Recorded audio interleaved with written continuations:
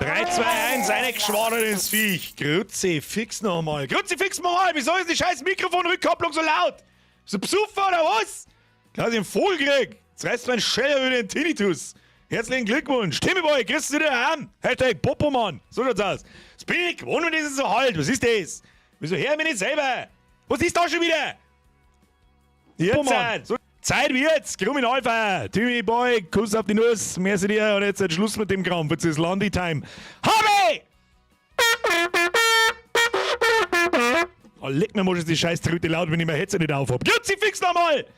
Meine sehr verehrten Damen und Herren! Es ist soweit. Jetzt haben wir 3 Jahre lang ausgesessen. 3 Jahre lang habe ich Glück gehabt, dass ich die Scheiße nicht spielen muss. Komm ich nicht aus. Komm ich nicht aus. Halt, wenn wir irgendwas anderes da hätten, jetzt geheißen, Landivo! Grüß mein Haufen, was darf man sonst? Habe die Ehre an den Dominik, an den Glinse, an den Davi oder an Nummer den Dominik einfach, weil er zweimal geschrieben hat, an den Okay, den Sound, den können wir gleich mit oben rein, sonst reißt mein Shell. So, der freiwillig, was ist. Austrian Sepp! Witz hobe heit leider Koan. Ist, ne? Na, so nicht. Okay, tschüss dann. Dann hab ich einen! Natürlich hab ich einen! Grüß Mr. Austrian, as always, danke dir. Schluss jetzt mit der Kacke. Es ist die letzten Wochen so hart eskaliert, dass es völlig lächerlich ist. Völlig lächerlich ist!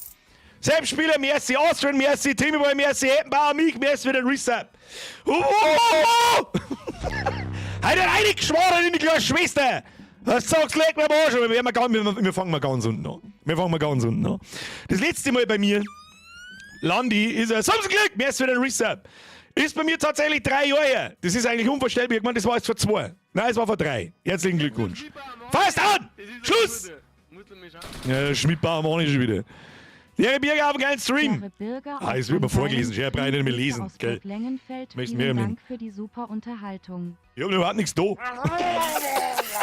tue nie irgendwas. Fast down, merci. Löwensepp, SV, geiles Outfit. Das ist klar. Hallo?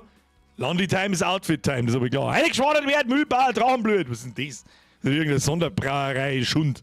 Los das schmecken, los das schmecken.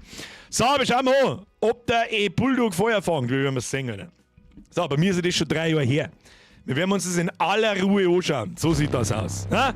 Hat sich was da an der Grafik, an die Physics, die ja furchtbar waren beim letzten Mal? Hat sich irgendwas da? Wir werden sehen.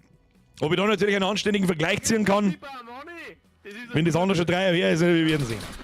Meine fachmännische Meinung, die kommt dann schon. Tomo! Mir ist wieder zu die 50 gehen. Aus Oberösterreich. Das war eine Frage in dem Mojo! Schöne Grüße nach Österreich zurück! Kuss auf die Nuss. Mir ist dir. Peter, mir ist für den Reset.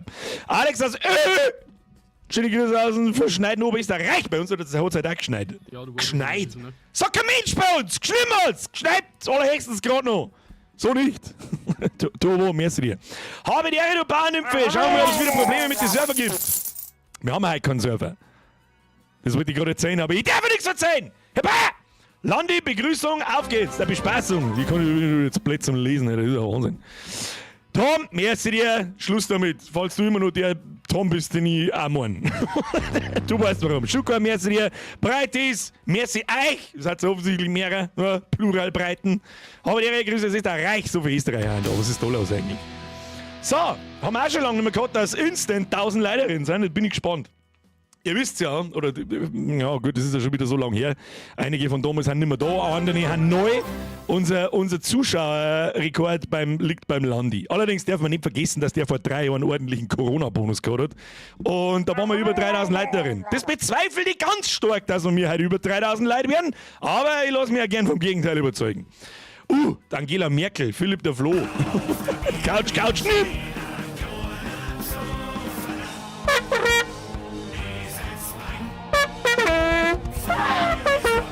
Da war ich gehört! Niklas, welcome to the squad. Ab in den Chat habe ich die Ehre, Niklas. Heute haben wir 1000 Leute. Wenn ich das nicht mindestens 500 Mal lese jetzt da drin, habe ich die Ehre an den Niklas im Squad. Ja, dann feit's am Willen. Der feit's am Willen! Herr Glensei, mir ist für den Reset. Frankie Boy, mir ist für den Reset. An alle, die vielleicht heute zum ersten Mal dabei sein, wer weiß das schon, weil sie es von einem Freund gesagt gekriegt haben oder was weiß ich, was da heute alles passieren soll, keine Ahnung. Nicht wundern, es ist die ersten 10 Minuten immer dieselbe Scheiße. Ich schrei's schon seit 5 Jahren an. Das ist einer wurscht. Das ist einer wurscht. Glenn sei merci, Frankie Boy merci, Björn merci. Eine ins Viech. Nur. 1000 Leute, aber nur 262 gleich. Wie gibt's das? Ja, vielleicht, weil er einfach nur da sitzt und mich ausscheißen lässt. Vielleicht liegt's daran, ich weiß es nicht. So, Bruder, ist im Bett, Weib steht am Herd und nie schauen Bürger zu. Besser geht's nicht. Sebian, wie kannst du tun, 5 nach 8 der heute an den Kühe schicken? Was ist denn da wieder los? Und da wieder los? Sag! Hey. So, was tun wir mir? Damit sie mal gleich. Irgendwas ist umgefallen. Ich habe keine Ahnung, was umgefallen ist, aber ich habe auf den Tisch gehauen. Sauer auf den Tisch gehauen. So.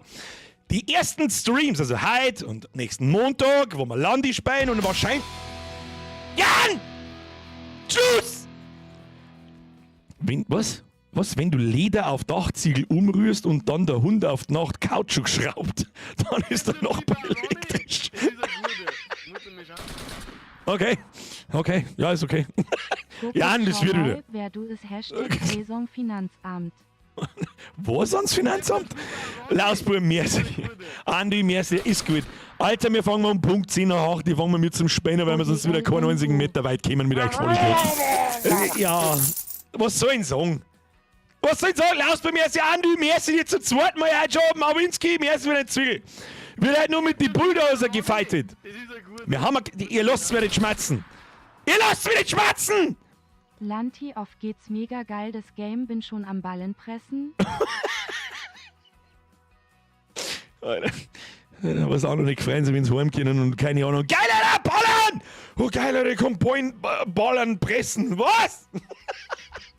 Ich bin mir noch nicht so hundertprozentig sicher, mit was für einer Voreinstellung wir an das Spiel herangingen. An die Negative vom letzten Mal, so mit was ist das für eine Scheiße, warum tut man das, warum, weshalb, wieso? Oder? Wir lassen es einfach passieren, ich weiß nicht. Ich bin nur nicht entschlossen, ich sag das, was es ist. Cybergamer, merci für den Resub. Feier wird voll für merci dir. Hätt net gemohnt, dass du nochmal LS spust, Smiley. Mr. Kühle Häume, wenn der neue Landi kommt, dann ist das ungeschriebene Gesetz, dass ich mich in die Arbeitskleidung begebe und eine schwadern in die kleine Schwester. Was gibt's jetzt da? Was? Na, nicht du schon wieder. Nicht du.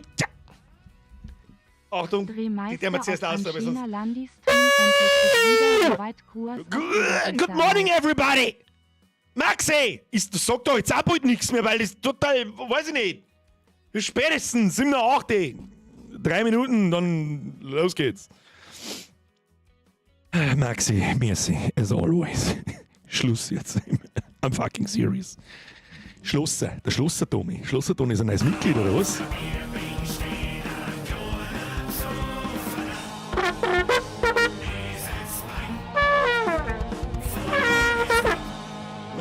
Schon lange mal Zeit worden mit Schlosser Tommy. Fix Läden, Alter. Mir ist wieder Mitgliedschaft. Welcome to the squad. Mavi, mir ist wieder ein Resub. Kruzifix jetzt. Dreht der Maxi wieder durch? Ja. Nein! Aus Fußstag um Punkt 10 nach. Wir haben noch genau 1,5 Minuten. Und dann wird gespielt. Eingeschwadert ins Viech. Wir werden mal ganz klassisch als Tutorial machen, damit ich mich mal wieder auskenne. Da werden wir dann ziemlich schnell feststellen, ist jetzt das immer noch derselbe Scheißdreck wie vor 3 Jahren oder nicht? Was ist da los? Schnacki, Pauxi, Schnacki für eine halbe. Wo wohnst du? Zminger. Im Bronzenviertel. Wo kostet bei dir eine halbe 5 Euro, Alter? Was ist mit dir los? Schnacki, merci dir. Pauxi!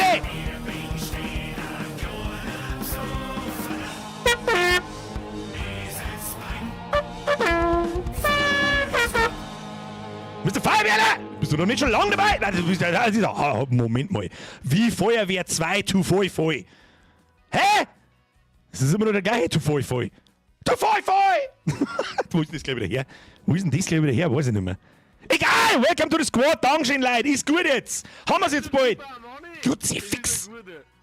Ja, das passt. Cybergamer, merci an den ganzen Rest. Kruzifix nochmal. Staudi, ja. Wer ist denn da jetzt überhaupt da? Ich käme nicht mehr aus. Sponger, voll! Ach, das war's, der Flug der Karibik. Was? Also Premium Physics, das werden wir herausfinden. So, wann ist jetzt endlich 10 noch? Damit diese Scheißkarte da höre. Der Herr Mach haben wir wieder 1,69. Nice. Ich möchte den Geschäftsführer sprechen. Mein Resub-Text wurde nicht angezeigt. Betrug! Was? Ich hab dir nicht einmal Resubben sehen. Wie heißt du? Das werden wir heute nicht mehr rausfinden. Jetzt ist 10 nach! Startzeit! Flo, du bist der Letzte mit 66 Monaten. Also du weißt schon, was ich meine. Ihr seid alle die Letzten.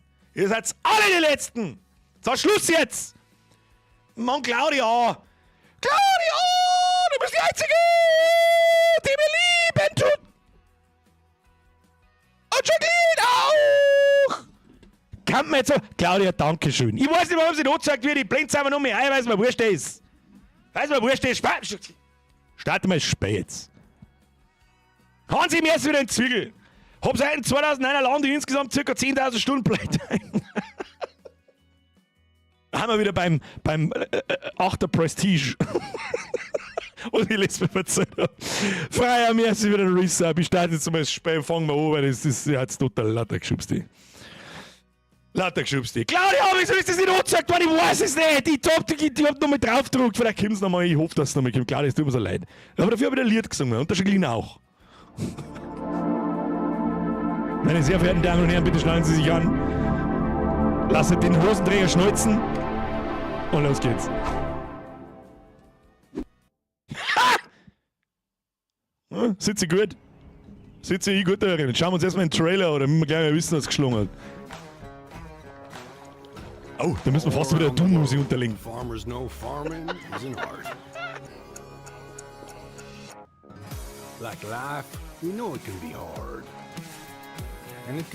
Was hat jetzt der Landi mit Backpacker zum Tor? Das weiß ich nicht.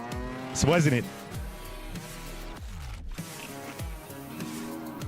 Also eins, was ich weiß, ist, dass der asiatische Bereich neu ist. Aber das interessiert mich scheiß, was ist jetzt zum Reisebauen hergekommen bin, oder was? Ja, wer kennt's nicht?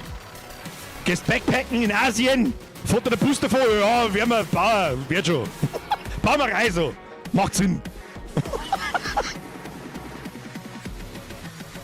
Oh. Na, erst einmal Selfie gemacht. Im Querformat und dann auf Instagram post du voll. Wise man once said that the best lessons are learned under the wide open sky. I think the same thing can be said about our art. Und der Bulldog, den hat ihm er hat kein Geld mehr zum Ticket kaufen zum Heimfliegen.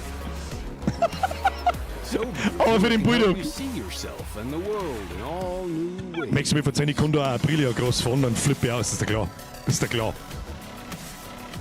In the art of farming, the soil is the canvas. The seeds are the paint. The seeds are the paint. And the harvest is the masterpiece. The masterpiece.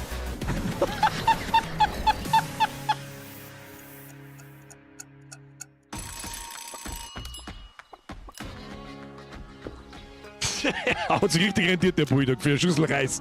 Herzlichen Glückwunsch. Da heute meinen Daumen aussehen. Aus dem 313er. This is pretty good. Yeah, it's pretty darn good. Pretty darn good. Is it missing something?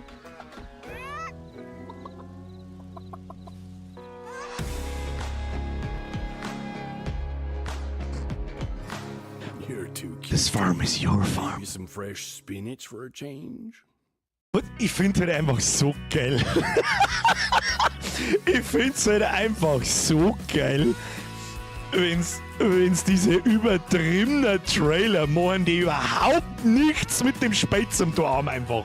Was ist mit der lauten Musik? Ich verstehe mich selber nicht einmal. Lautstärke Musik ist eh schon auf 20. Das wir nicht aus. Das muss man so hier anwenden. Lautstärke Gesamt muss man gleich mal auf 80 gehen.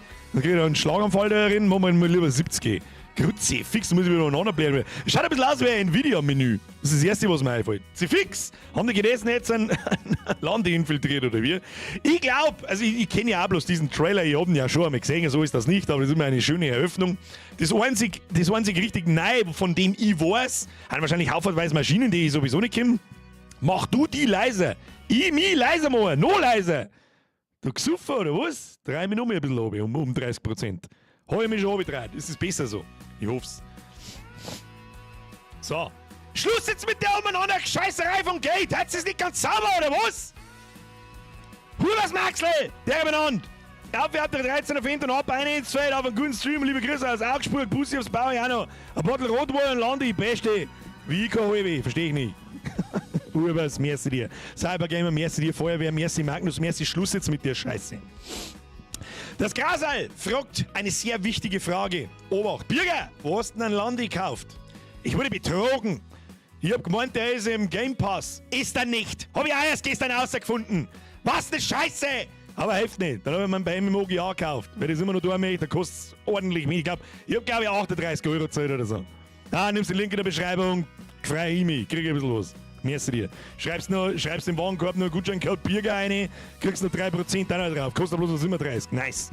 So, Schluss jetzt. Herr Thomas macht ihr Happy Dere Bayern und ich bin's wieder der Herr Mann mit Nintendo 64 Monat und jetzt was eine Pümmeln in als fuck ein schöner Landesfilm. Herr Mach, was ist das jetzt für ein Schlagerfall? Das ist doch nicht der Mach, den ich auch kenne. Ist mir wurscht jetzt. Schluss jetzt. Einstellungen an meinem Arschloch. So, Kinder. Jetzt kann ich vielleicht mal ein bisschen in Ruhe schmerzen. Wir werden heute Solo spielen. Ja, nix Server, es gibt noch keinen Server. So sieht's aus. Montag ebenfalls. Und dann werde ich mir überlegen, ob wir dann einen Servershop stellen oder noch mal eine Woche warten. Ich möchte das Spiel gerne mal selber spielen, ohne Hektik, besser kennenlernen und tatsächlich versuchen zum Spielen. Und mir dann eine Meinung zu bilden. Verstehen Sie? Damit ich nicht über da stehe und irgendwelche Leute im Chat schreiben, dann muss ich das kaufen und das und keine Ahnung. Und ich sitze da und denke so, du hast Schwadern, was Rasenmann, dein Mamser Rasenmäher, was laberst du, Alter? So! Und darum fangen wir mit der Karriere an. So sieht's aus. Ich habe das Spiel auch noch nicht einmal gestartet. Ich sag das freiwillig, wie es ist.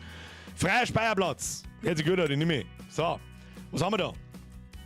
Spieleinstellungen. Das schaut nach Good Old America aus, ja, was unsere oder ist das America oder ist das da hinten der Japanoberg? Ich hab keine Ahnung. Riverbend Springs, hört sich amerikanisch an. Was haben wir da? Hutan Pantai! Ja, du kannst einen Reisebahn. Zum Reisebahn bin ich nicht gekommen. Und Sri Lanka. Und Sri Lanka haben wir da bei den Russen. Ja, das ist auch nix. Nein, wir nehmen das Good Old. Ah, Good Old. Kann man eigentlich dann in Riverbed Springs auch Reise bauen? Nein, werden wir herausfinden. Sonntag und Stashi, Kuss auf die Nuss. Schluss jetzt mit dem Scheiß. So, dann haben wir Voreinstellungen, neuer Farmer, Hofmanager bei 0 beginnen. Sag ich dir, wie es ist. Wir machen es leicht. Ah? Bin kein Bauerndümpfe nicht, hilft nicht, wir müssen es leicht machen. Sri Lanka klingt so nach der IC, das stimmt. Nein, sag's nicht. Neuer Farmer, Startkapital, kann man das noch her dran? Das ist ja wieder langweilig. Ja, man muss ein bisschen mit seinen Aufgaben wachsen. Wir haben 100.000 Euro, fangen wir klar an, versuchen wir Geld zu verdienen und steigen wir in irgendeine, was weiß ich, was es gibt. Holz, Felder, Viecher, was auch immer, steigen wir ein. Startfarm, ja, die scheißt mir her. Die scheißt du mir her, ich kenne sowieso keinen Stecker nicht aus. Geführte Einführungstour, ja. Tutorial, nimm ich mit, Enter, weiter. So, was haben wir da? Mods DLCs, was habe ich da? Das McDawn-Pack, was ist das? Haben wir hundertprozentig sind irgendwelche Bauerndümpfe darin. Was ist das für ein Gefährt? Geht da dem Landespieler von Welt eine Zeit in der Hosen auf, wenn er das Ding da umsägt? Ist der Ernst? Ich will es nicht haben, kann ich es deaktivieren, weg mit dem Schund. Mit 100.000 kommst du dabei, da kriegst du vielleicht einen Anhänger, aber wenn nicht. Herr Bentex, ist mir wurscht, dann pack ich den Motorsack aus und schneide den Baum um und verkauf den. Zum Drahtmann ist es nicht für einen Reisgewinn. Zum Maistrimmer. Ja, was jetzt? Drahtmann, Maistrimmer, Reis. Grafik gibt's jetzt in Ultra. Was für Ultra? Schwartmeer. Ich hab doch keine Ahnung, ist mir wurscht, irgendwas werden wir schon was finden. Wir werden schon was finden, hau rein in den Bad. Claudia! Schon wieder Claudia! Lauteres Claudia hast du hören. Danke für den Resub. So, Start. Mein Spielstand. 100.000, Alter. 0 Stunden Spielzeit.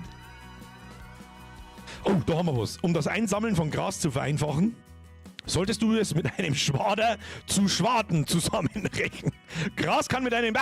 Ich kann so schnell lesen, ich bin Bauerndümpfe. Ich konnte nicht mehr... Für was sind die Punkte da unten, wenn ich nicht hin und her schalten kann? Klar nicht schon wieder.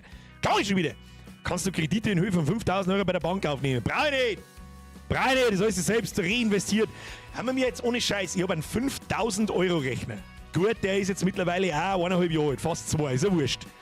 Aber wir haben ja jetzt bei 33% Lade... Okay, geht schon wieder weiter. So sieht's aus. Kriegst du auch was, wenn's schon reduziert ist? Labi, ja. Ich krieg immer, das ist ja völlig offen kommuniziert. Das kann auch jeder machen, übrigens ist nichts Besonderes. Partner bei MMOGA werden, glaube ich. muss ein bisschen größer musst werden, wenn du deinen eigenen Gutscheincode haben willst. Wir bleiben dort, ich krieg davon 10%. Das Spiel wird aber bei dir nicht teurer oder so. Ja? Das kostet immer gleich viel. Aber wenn du meinen Link hernimmst, da unten, das ist jetzt sagen wir mal für mich das Wichtigste, dann kriege ich 10% davon, was du gekauft hast. Herzlichen Dank dafür. Und einmal kannst du den Gutscheincode Bierger eingeben, dann kriegst du 3% auf den Kauf. So, Start! Fertig, Klarname! Ja, gibt immer nichts Besseres als. Nein, sag's nicht. Nein, sag's einfach nicht. So. Erst einmal einen guten alten Charakter-Editor. Wenn mir nicht alles teilt. Ruckeln tut er ja schon. Warum hat denn das jetzt so geruckelt? Klang ich schon wieder. Klang der 4090er für den Landi nicht. Weiß ich nicht, was ich da dazu sagen soll. So, jetzt passen wir an. Was kommt denn? Wir bauen uns natürlich noch. Ja? Kas Weiß, Kellerkind. Da ist mal eine Frisur her. Haben wir eine Frisur? Ja, das ist doch die typische Geheimratsecken-Bauerndimpfe-Frisur ist da. Na, was haben wir da? Haben wir da noch eine? Oh, geil, Fukuhila. Gibt's da nicht mehr? Oh ja, die Glatzen. Von der bin ich Gott sei Dank nicht befallen. So, gibt's in der Bauernwelt, gibt's keine lange Haare nicht? Oh, das schaut ja aus wie eine Versicherungsvertreterfrisur. Oh! Tipptopp! Schau hin! Ist nicht ganz, aber fast. So, dann haben wir uns noch ein paar im Pfotzen. Ja! Ja! Easy! So, kann man dem ein paar vorbeigeben oder wie schaut das aus? Wie kann man. Hallo! Farbe! Kamera drehen, Farbe wählen. Was ist denn das da? Was ist denn. Mit Backspace kann man also die Farbe wählen. Sehr intuitiv. Gibt gleich einmal einen Pluspunkt. So, machen wir so. Na, schwarze Haare, wie immer, gibt es eine Mischung aus. Ja, da feit nicht mehr viel. Zu dem Schritt feit nicht mehr viel. Na, gibt's nicht Braugrau oder so? Braugrau brauch ich. Kennst du es wieder nicht? Nee. Ja, lila. Sag mal, die Farbtöne sind alle die gleichen da. Was ist denn das? Für was habe ich das eingeführt? Das weiß kein Mensch nicht.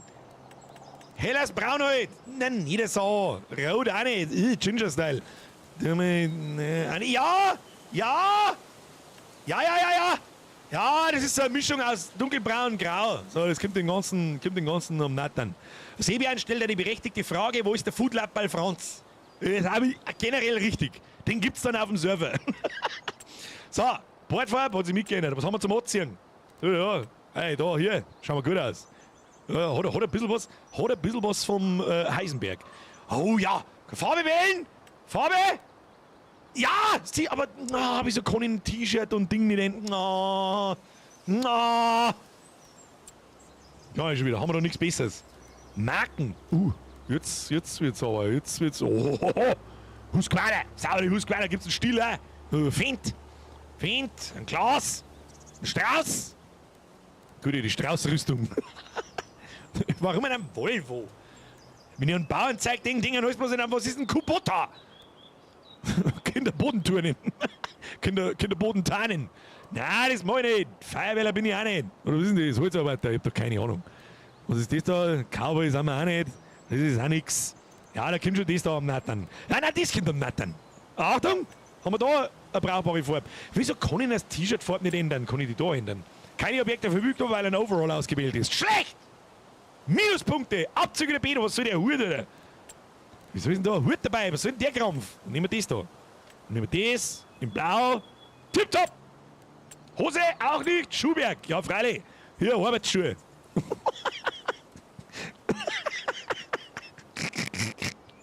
Ja, das kommt der ganzen Sau. Ja, da die guten alten Birkenstock. Oder, nein, was ist das da? Kletterschuhe? Bist du besoffen oder was? Die nehmen wir. Ah, mit den guten Adiletten, da haben wir mich schon wieder, da haben wir wieder den Kuhstall wieder sauber gemacht mit den guten Bio-Pantaletten. So, ein Hut. Ja, alles andere außer ein Motorradhelm macht überhaupt keinen Sinn. Das macht alles überhaupt keinen Sinn. Mütze, Baskenmütze, was haben wir da? Ja!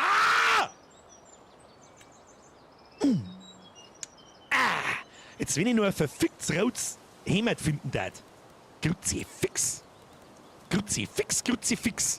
So, Gummihandschuhe, mach in blau. Warum gibt's die bloß wieder? Das sind so Sachen, das verstehe ich nicht. Warum gibt's jetzt die Handschuhe nicht in sämtliche, in alle was weiß ich, 100 Farbtöne, sondern nur in scheiß Grün. Was soll das? Was ist das? Die gibt's wieder nur in... Ach, die sind doch keine Markenhandschuhe nicht. Die kann man doch in alle Farben da reinscheißen, oder nicht? Mal gar kein. Klang mal so ein Kurscheißdreck ein, ist doch mir wurscht. Ja, ja. Haben wir normale Brühen auch? Ja, schau dir das an. Schau dir das an. Es war so gut, wenn ich jetzt ein rotes T-Shirt anziehen kann. Kruzifix. Das Outfit weg und zieh die Hosen und das Hemd einzeln noch. Geht das, meinst du? Müssen wir noch testen. Dann machen wir quasi so. Haben wir Latzhosen? Ja, haben wir keine Latzhosen nicht! Ich brauche Latzhosen, brauche ich! Da, der kurzen. Wieso gibt es ja keine Latzhosen? Das ist schwach. Muss ich jetzt sagen, wie es ist? Schwach. Da, den. Ja, gibt's das in Rot? Ja! Ja, aber das stimmt doch nicht. Was haben wir da noch? Gut, die Gummihosen. Gibt's auch was wieder in Grün. Was ist die?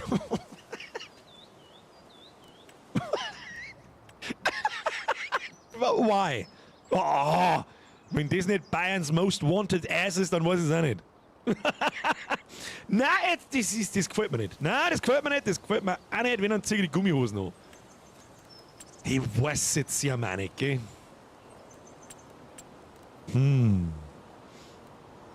Wahrscheinlich muss ich mir Glatzhosen per Mikrotransaktion kaufen. Das kann gut möglich sein, ja. Aber sonst noch irgendwas, was ansatzweise passt? Nee. Ja, das ist das Einzige. Dann reißt man so umeinander, aber die Schuhe hat es mir auch wieder austauscht. Nix da. Ohne die Biobandaletten geht gar nichts. Du hast meinen Hut noch mehr. Ja, das kommt der ganzen Garde schon. Na, dann nehmen wir es so. Wir nehmen, wie es ist. Brenn wieder auf. Zack. Zack, das Böhnchen. Ah ja, und intuitiv, wie das Spiel nun mal ist, mit Escape bestätigen. Latzhosen-Mod, wo? Da. Tell me how. Oh. Okay, okay. Herzlich willkommen auf deinem neuen Hof. Es ist Vormittag, als du auf deinem neuen Hof ankommst. Walter, dein Großvater, kann sich nicht mehr so gut um den Hof kümmern. Also übernimmst du ihn jetzt. Mach dich erst etwas mit dem Spiel vertraut, ehe du deinen Großvater begrüßen gehst. Ich leg doch mal verfickt die Hände ins Feuer, dass der Opa schon seit 2 Jahren gestorben ist und nicht in den Ohr mit zu Gesicht kriegen im Spiel. So. Was muss ich tun? Lass uns mit dem Interface beginnen. Auf deinem Bildschirm findest du alle wichtigen Informationen. Aha. Zum Fortfahren klicken. Rechts oben, Wetter. Es ist August, 8:03 Uhr. Geschwindigkeit ist 0,5, $100.000. Ihr seht leider Gottes die Minimap nicht, die ist hinter mir, aber das ist mir scheißegal. So. Datum, ja, Uhrzeit, dein Name, Kontostand, Minimap, super. Da habe ich mir gerade selber vorgelesen. Der Tourfortschritt macht ihr mit der Benutzeroberfläche vertraut. Jawohl, Benedikt, Animal, von hinten, Gara, Sonntag, merci, Schluss jetzt. Tour, das Benutzerinterface kannst du jetzt lassen, so über Fortbewegung vorfahren, du kannst dich ja nicht stehen bleiben. WASD, Blickrichtung, ja. Bin unterwegs, oder? Alter, wieso ruckelt denn das so? Klang ich schon wieder! Ich hab einen Warnschlag 144 FPS, aber sobald ich mit mir in die Kurven treibe, was ist denn das, Alter? Willst du mich verarschen? Kennt das so? Okay, wenn ich mir einmal einen 360 No-Scope gemacht habe, dann geht's wieder. So, wir schauen mal weiter. Geh und treff deinen Großvater. Opa! Wo? Oh, der Opa lebt da noch schon. Ich glaube, der Opa hat eine ziemlich hipster. Alter, das ruckelt wie Scheiße. Spinnst du oder was? Was soll das denn? Du kannst mit Personen auf deinem Hof oder an bestimmten Orten auf der Karte sprechen. Ah, ich kann mit Ortschaften sprechen. Drücke die Taste, um mit ihnen zu sprechen. R. Unterhaltung starten. R. Welcome to our lovely farm, kiddo. I'm glad you're here to continue the family business. Huh? The fact that you're about to take over the farm makes your pops quite happy, not gonna lie. So schaut er aus. When your father told me on a visit that he didn't want what I built here, I thought that was it. He even called it a dung heap when he left in his fancy suit. And then he stepped into manure on the way to his car. It's okay that he does his own thing, but I thought I had to sell the farm. Thanks to you, Ja, it can Opa, stay in komm the auf den family. Punkt, oder? Ich hab nicht den ganzen Tag You Zeit. don't know what that means to me. Otherwise, your crazy uncle might have turned it into an amusement park with the main attraction of catching chickens Ja, on warte, the geh dabei field scheiße, or bis du fertig something. bist. Was ist denn mit dir? Anyway, let's not talk about that just now. I can tell you some stories later. And just so you know, I'm not out of the picture just yet. I'm here if you need me. Just like your friendly neighbors, you should talk Mann, to Opa, sometime. jetzt halt Rotz oder They're weiß ich nice nicht, 5 Gramm A bit Koks oder so, strange, dann perhaps, geht's schnell. but still delightful in their own ways. So, do you want me to give you a quick tour and show you some things? Oh, leck, Opa, das will nicht so lang dauern, wie du schmatzt, Alter, dann muss ich mich da schießen. Okay then, let me show you a couple of things. Okay, Ease you in. easy win. There will always be people to help you out. But it's good to have done all the steps yourself, at least once. Ja, Right next to the farm, we're going to work on a field. There's also a big tractor with a cultivator. Cultivator, I'll walk Cooper. you through how to operate it. Geil. I can't wait to see you get started. I can't wait to get irgendwas. Keine Ahnung, eine Gruppe ins Viech. Da hinten, 50 Meter. Quest. Oh, Alter, das ruckelt wie Scheiße. Was... Hey, Opa, wie hast du das gemacht? Opa? Bist du Zauberer? Are you ready to roll? Ich bin mir nicht so sicher, Then hop Gandalf. onto the tractor and Halt der attach Bein, the Gandalf. cultivator. It's just to the back. Was ist hinten? Oh, geht zu dem Traktor in der Scheune. Das ist ein guter, das ist ein Challenger. Das ist ein guter, weiß ich nicht. Ich glaube, das ist ein guter, der schaut gut aus. Alter, das ist nicht der 4000 km/h Opa, das ist der Teleport-Opa. Teleport-Gandalf. So, jetzt pass mir auf. Was muss ich überhaupt tun? Ich bin doch jetzt schon da. Achso, auf der anderen Seite. Da kommen wir nicht einstellen. Der Farmdalf. So, einen guten Bunker. Tue. Der erste Schritt, ehe du loslegst kannst, musst du in dein Fahrzeug steigen. Aha. Also wir fahren mal ganz unten an. Ganz unten fangen wir an. Okay. Just like that. Nice! Exactly. Exactly. Now we do the work. Meet me at the field over there. Ja, es kann nur gut werden. Tue, sobald du eingestiegen bist, kannst du losfahren. Fahr zur markierten Stelle, lass dir die erste Aufgabe von Walter erklären. Der gute Walter. Der Walter. Fahrzeug beschleunigen und verlangsamen, lenken. Ja, krieg ich hin. So, komm mal rückwärts auffahren. Das hat immer schon gut hingehört. Ah, mach das Ding eine Gaudi. Bist du besoffen oder was? Wo muss ich hin? Links oder rechts aussehen? Ich fahr rechts. Hau schon drin, Time to Gruppe eine ins Viech. Was ist denn Gruppe, glaube ich, ich weiß nicht mehr. Ah, schon hin. Ah. Wir können Perspektive wechseln, das war V, glaube ich, oder? Nein, was nicht. Oh mein Gott! Wir haben sogar schon Kia! Muss ich ja steigen? Na, jetzt lassen wir Kia schauen, ja, die schauen wir uns später an. Die schauen wir uns später an. So, ich bin unterwegs. Was muss ich denn tun? Ah, das ist zu laut. Kinder, das ist zu laut. Optionen. Einstellungen. Audio, wo? Audio!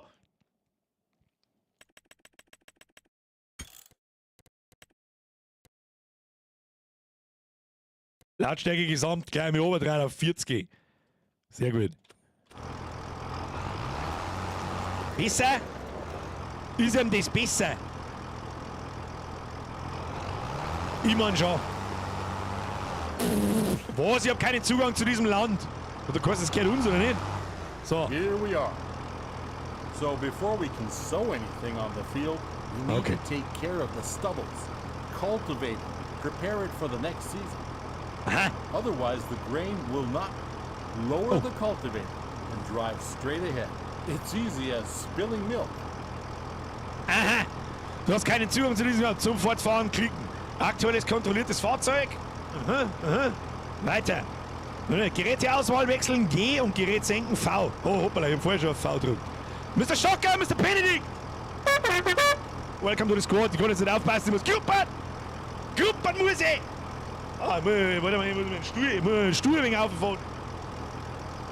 16 ist mich kaum. Ah, steht mein Bälle um ein bisschen aus, aber das ist wurscht. Ja, das ist ein 313er Fendt Cabrio. So. Geräteauswahl. So, wo sagt man das gleich wieder? Das ist doch auch angezeigt worden, oder? Wo? Ah, okay. Die Geräteauswahl bringt mir also gar nichts. Gruppe heben, Kamera wählen. Kamera wählen. So, wie auf C druckt. Okay. Okay. Oh, da ist ein wenig leise herin, das ist gut. Das ist gut. Das ist gut. Okay, so. Eins nach dem anderen. Wo sehen ich Geräte? Ah, ich habe bloß ein Gerät. Das kann man bloß hin und her schalten, glaube ich, wenn vorne was da winkt. Auch noch. Wenn man nicht alles da ist, so, Kamerawellen, hupen! Ah, das muss lauter gehen. Opa! Ich will den Bullock drin! 6 mehr! Hallo, Opa! So. Karte anpassen, was heißt denn das?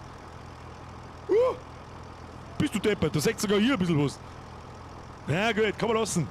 Tempomat aktivieren, Geschwindigkeit ändern. 2-1.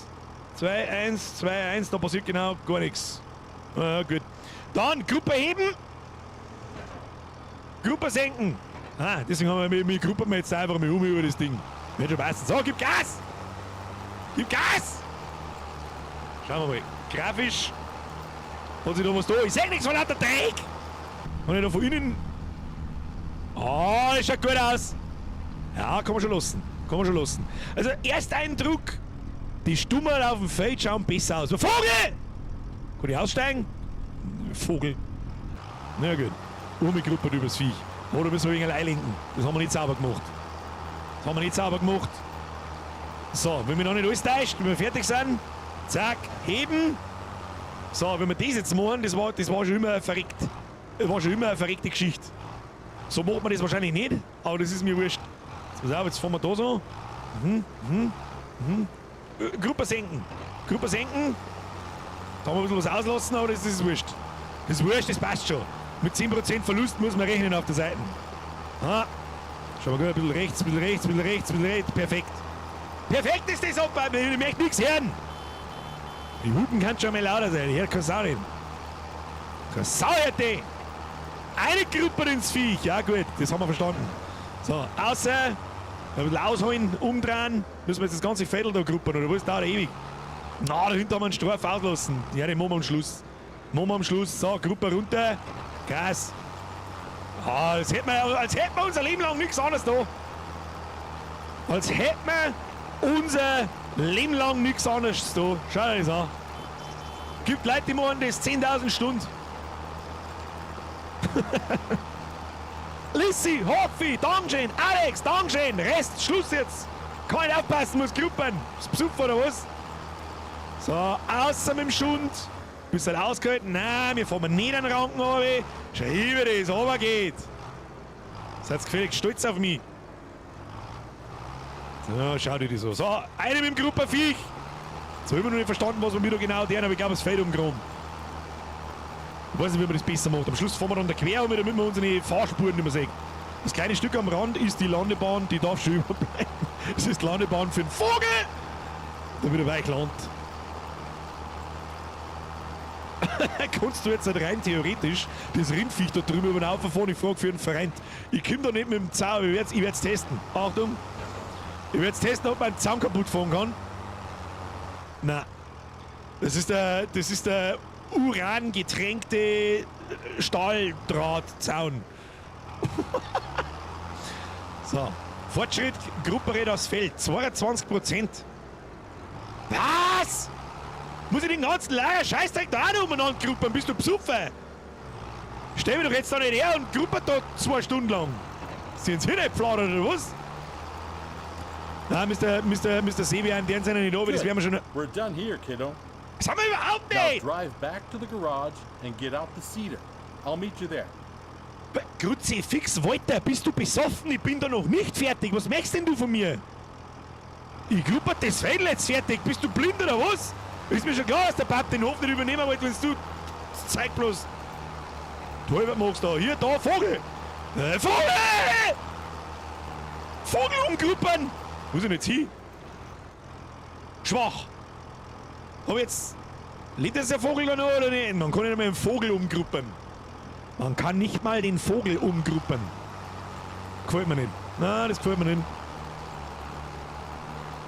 Ich glaube, der Opa trinkt. Der trinkt gerne mal etwas. Oh, jetzt ziehen wir den Schund da. Was passiert, wenn ich durch das Feld durchgruppelt? Ah, führt man's raus. Führt man's raus. Ist der noch unten? Ich gruppere das Feld. Aber irgendwie scheint dem Feld das Wurst zu sein. Gut, fahren wir an. So, wie ich jetzt da rückwärts in die Schubfeier kommen soll mit dem Anhänger, das weiß kein Mensch. Das hab ich vorletztes Mal nicht kennen, letztes Mal nicht kennen und diesmal werde ich es auch nicht kennen. So, oh, schau, der Opa lässt mich rausparken, das ist gut für uns. So, jetzt machen wir so. Volle Gas, Leberkas da schon. Jetzt wechseln wir die Geräte. Gruppe ab, Sämaschine ran. Das kriegen wir hin. Abkuppeln, Q. Okay. Now you need to attach drive back slowly. Hoppala. Drive back slowly. Alles klar, Opa! Schau, Opa, freihändig! Schau, Opa, freihändig! Ich schau nicht mehr rückwärts mit dem Motor. Kriegen wir hin. Jetzt pass auf. So, ja, mit Q kann ich wahrscheinlich wieder ankuppeln. That's how it's done. So, schau hier. Sewing machine you just attached is empty. Oh no. But don't you fret. I just went to the store. Next to the shed, you will find a big bag with seeds. Alles klar, Opa. Get over there to fill the seeder. Okay. So. Saatmaschine auffüllen. Tue! Manche Geräte können je nach Zweck gefüllt werden. Sämaschinen benötigen Saatgut, Fahrzeuge müssen getankt werden, Düngeverteiler brauchen Dünger und Spritzen benötigen Herbizid beispielsweise. Fahre mit dem Gerät zum Big Bag und fülle es auf. Befüllung starten mit R. Wo ist das Big Bag? Ich sehe ja kein Big Bag. Wo ist... Ach, da ist ein Big Bag. Hoppala. Mal wieder zurück aus. R. Habe jetzt da befüllen... Du, ich befüll... Ach, rechts unten. Rechts unten. Ah, ja. Well done. Now Well you're done. ready to go. Gibt nichts Schöneres wie ein Lob Last vom week, Opa. I Auch wenn er manchmal ein bisschen cultivated besoffen the ist. field over there. Cultivated fields are ready to be sown. It's pretty straightforward. Drive the machine to the field and meet me there. We'll bring out canola. Canola. Guacanola. So. Ja, für was habe ich denn das Fett da jetzt umeinander geruppelt, wenn ich jetzt das andere O sein muss? Was, oh, darf ich mit dem... Opa, darf ich mal mit dem großen Roten da drin fahren? Opa, der UPS kommt, das hast du wieder bestellt. Paletten Jack Daniels. Besoffener U. Here we are. Haben wir schon da. Kriegen wir One schon. thing you Haben wir need schon to wieder pay drin. attention to is timing. Timing. Plants need to be sown in specific seasons. It's midsummer. It's the perfect time to sow canola. In any other period, you might want to switch to a different kind of crop. Mag eigentlich nur Kio You bauen. can always check the crop calendar. First, we need to prepare the seeder. Choose the canola seeds, as the big bag is filled with all kinds of seeds. Entscheide mit Hilfe des Kalenders, welche Fruchtsorte du säen möchtest. Wähle das entsprechende Saatgut an der Sämaschine aus. Saat wählen Z. Für das habe ich ja nice, komm, ich nehme. Ausgewählte Fruchtsorte im Füllstand, Weizen. Was? Okay. Saat wählen, Weizen. Gerste, Hafer, Seeding is Raps. easy. Okay. While seeding, straight lines are important though. Go back and forth to bring out the seed with as few gaps as possible. Also wie, okay. At some point, you'll have to buy a big bag of seeds at the store to refill it. Ja, Walter ist gut But now jetzt. you can use what you've got. Now, you only got to switch the machine on and lower it to the ground. Wieso konnten die das Saatgut einfach umschalten? Wie funktioniert denn das? Identifiziert sie das dann einfach als Gerste und dann wächst Gerste. Sehe, das ist richtig. Na, ja, heute bin ich mehr der Raps. Um deine Anbaugeräte verwenden zu können, musst du diese erst auswählen und in Arbeitsposition bringen. Mit G und Gerät anschalten. Das kann sich doch kein Schwanz nicht merken. Ja gut, steht immer da oben, gell? Sämaschine anschalten, senken. Entladen, Abdeckung öffnen. Oh, schau hier. Das ist some fancy shit. Ja, dann machen wir lieber wieder zu. Erstmal hupen, damit der Opa weiß, dass es losgeht. Dann fahren wir da einmal anständig hier jetzt da. Also mal, nee, das wird nichts mehr. Nee, das, nee, warte mal. Nee. Ja. Ja. Nee. Mehr rückwärts. Mehr rückwärts. Mehr rückwärts. Anders rückwärts. Nee. Opa, tut mir leid, das ist das Feld kaputt vor! Aber irgendjemand muss da! So, gerade und jetzt geradeaus zurück. Ja, das passt ihm schon. Wie immer mit 10% Verlust müssen wir rechnen. Du weißt, was es ist. Sämaschine senken. Sämaschine anschalten. Deine Sämaschine ist eingeschaltet. Jetzt musst du sie noch senken, damit das Saatgut in den Boden gesetzt wird. Hab ich doch schon. Fahren wir einfach. Oder? Passt ihm das? Sag ich irgendwo, ob das passt so. Ausschalten, heben, nix heben, dein Mann ist heben. Jetzt hab ich mir schon gedacht, dass da wieder irgendwelche geschaffte Huber drin sind. So leck, du gibst keine Ahnung davon. Der wird's du in der Früh nicht aufstehen, der Mongo! Oh, by the way, always keep an eye on the weather. Was? According to the weather forecast, it's gonna rain soon. Passt eh? That's perfect for canola. Du but kennst, das ist not generell as gut für for alle wheat Samen. on the other field. If you want to hire a helping hand at some point, you can. We're done here. The helper will do the rest. Was? Ich mag ja selber umeinander sein und in einem was kann ich helfen? Good job. Wer sitzt jetzt da drin? Now get back to the garage. Was tut get denn out die? the harvester. Das ist ein Fein und kein Kreisverkehr, bist du I'll besoffen? meet you there. Wer sitzt jetzt da drin? Du kannst entweder zu einem anderen Fahrzeug laufen oder aber dorthin wechseln, um etwas Zeit zu sparen. Drücke die Taste, um das Fahrzeug zu wechseln. Top. Wer sitzt denn jetzt da? Warum sitzt denn jetzt da? Hol die drin! Warum macht der einen Kreisverkehr? Ja genau, aber sag mal, was macht denn die? Dann verzeihst du mir irgendeine Scheiße, ich darf nicht anhängen von. Ich glaub, dass du ein wenig einen Vorschlag hast. Die hat doch um 11 Uhr Vormittag eine Jägermeisterschaft, die Alte. Schau dir das an. Was ist denn mit dir? Wer ist das? Freunde, sitzt du im Bullock drin mit der Leggings, du Schweischel. There you are. Ja! How do you feel? Jetzt können wir das auch You schon up for nicht. something exciting? Because we'll do the harvesting next. Harvesten? Oh, There's a sehr rough gut, das Feld field that dahinter. needs Sehr gut. taking down. Sehr You gut. still up for it? The header for the harvester sits on the trailer attached at the back. Ja, das hast du mir alles schon einmal verzeiht. Treffen wir uns auf Welt. Ja! Drive carefully. That machine is a beast. That machine is a beast. Das bin ich auch, tu dich nicht runter. So, wo sitzt die überhaupt? Da, schau mich an! Und das nicht gut ausschauen, weiß ich auch nicht. Da brauchen wir erstmal einen Screenshot. F12. Easy. Ja, tipptopp. Tipptopp, Meister. So kann ich mit dem Ding jetzt einfach fahren. Hängt das andere drunter von. Hä? Wie geht denn das? So, Opa, wo bist denn? Opa! Was da hinten? Wir sind da gekommen. Muss ich so den ganzen Hof durchfahren oder was? Ja, fix. Ja, gibt's irgendwelche schönen Maschinen außer die hinten lenken? Wir bauen so einen Scheiß. Da am Gehweg fahren wir. Da haben wir sonst fahren. Oh, da kann man nicht fahren, glaube ich. So, was passiert? Wenn ich jetzt der Vollgas-narischen Besuchern wieder hext, Vollgas einfach. Was tust denn du? Du sollst aussehen und nicht umeinander fahren! Scheiß KI-Helfer. KI-Helfer wird durch ein Objekt blockiert. Ja, ich bin's Objekt. Look at me. I am the Objekt now. Mein Typ, fahr da noch rückwärts und lass mich vorbeifahren. Nein, Grütze, fix. Was ne Scheiße. Hau ab jetzt da. Fahr eh schon wieder. Ah, bin schon fort. Ich fahr einfach direkt um mich. Du, ich fahr direkt um mich. Nein, dann machen wir das Feld kaputt, das ist nix. Das ist nix. Tourfortschritt, fahr zum Feld und treffe Großvater, das kriegen wir hin. Johannes, so ein bisschen die Befürchtung habe ich auch. So, auf dem Weg dahin können wir mal einen kurzen ersten Eindruck loswerden. Ich sag das, wie es ist. Wenn ich euch jetzt sagen würde, wir spielen da gar nicht in ein Land, die 25, sondern ein 22, da hat's kein Schwanz nicht gespannt hören. Das ist, aber gut, das ist ja nur als Tutorial.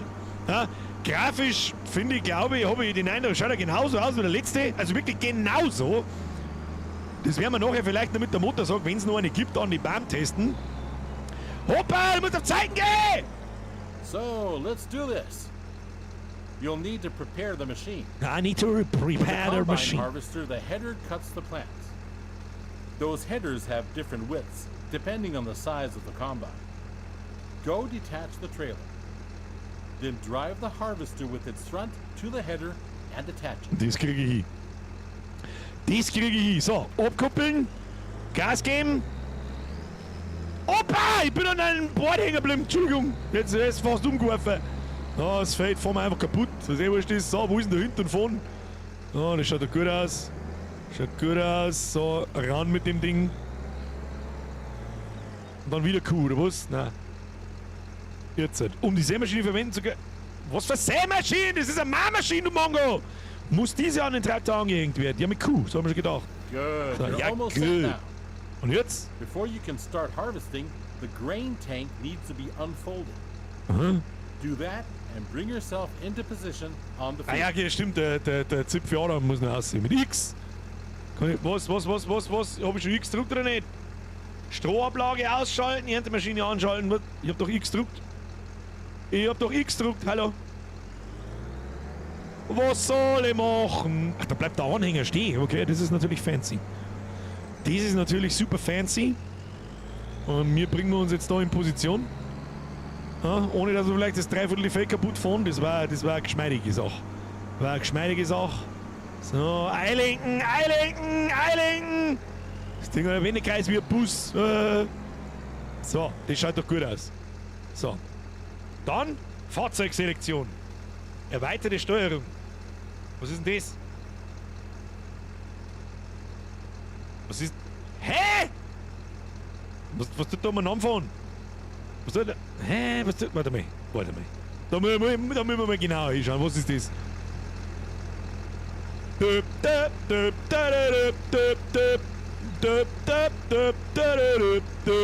Okay. Schneidwerk senken. Kamera wählen, hupen erstmal.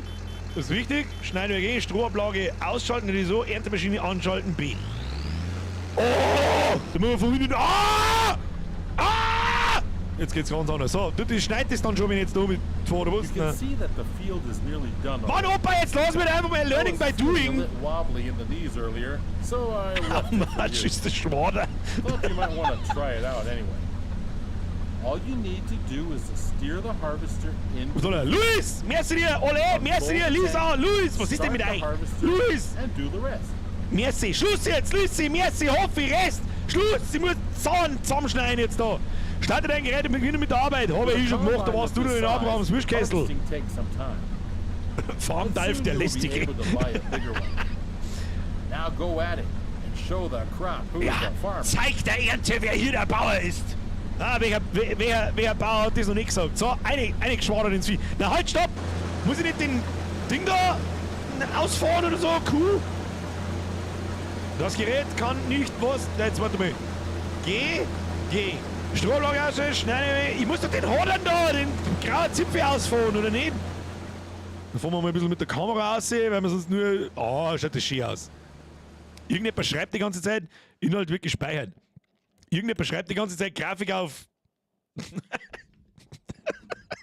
Grafik auf Dreck! Normal, schnell, aus! Was? Hä? Leck mir am Arsch. KI-Helfer? Ja. Wo Grafik wo? Steuerung, allgemeine Einstellungen, Spieler in allgemeine Einstellungen. Kann ich da nicht irgendwo Grafik 9000 einstellen oder so? Hey, ja, wurscht. Für uns klauen sie überall hin. Ich kacke halt jetzt den Schmarrn da Grafik erhöhen, sehr pixelig.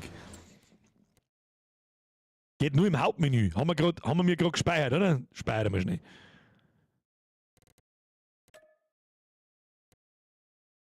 Geht er jetzt ganz aus dem Speicher aus oder geht er ins Hauptmenü?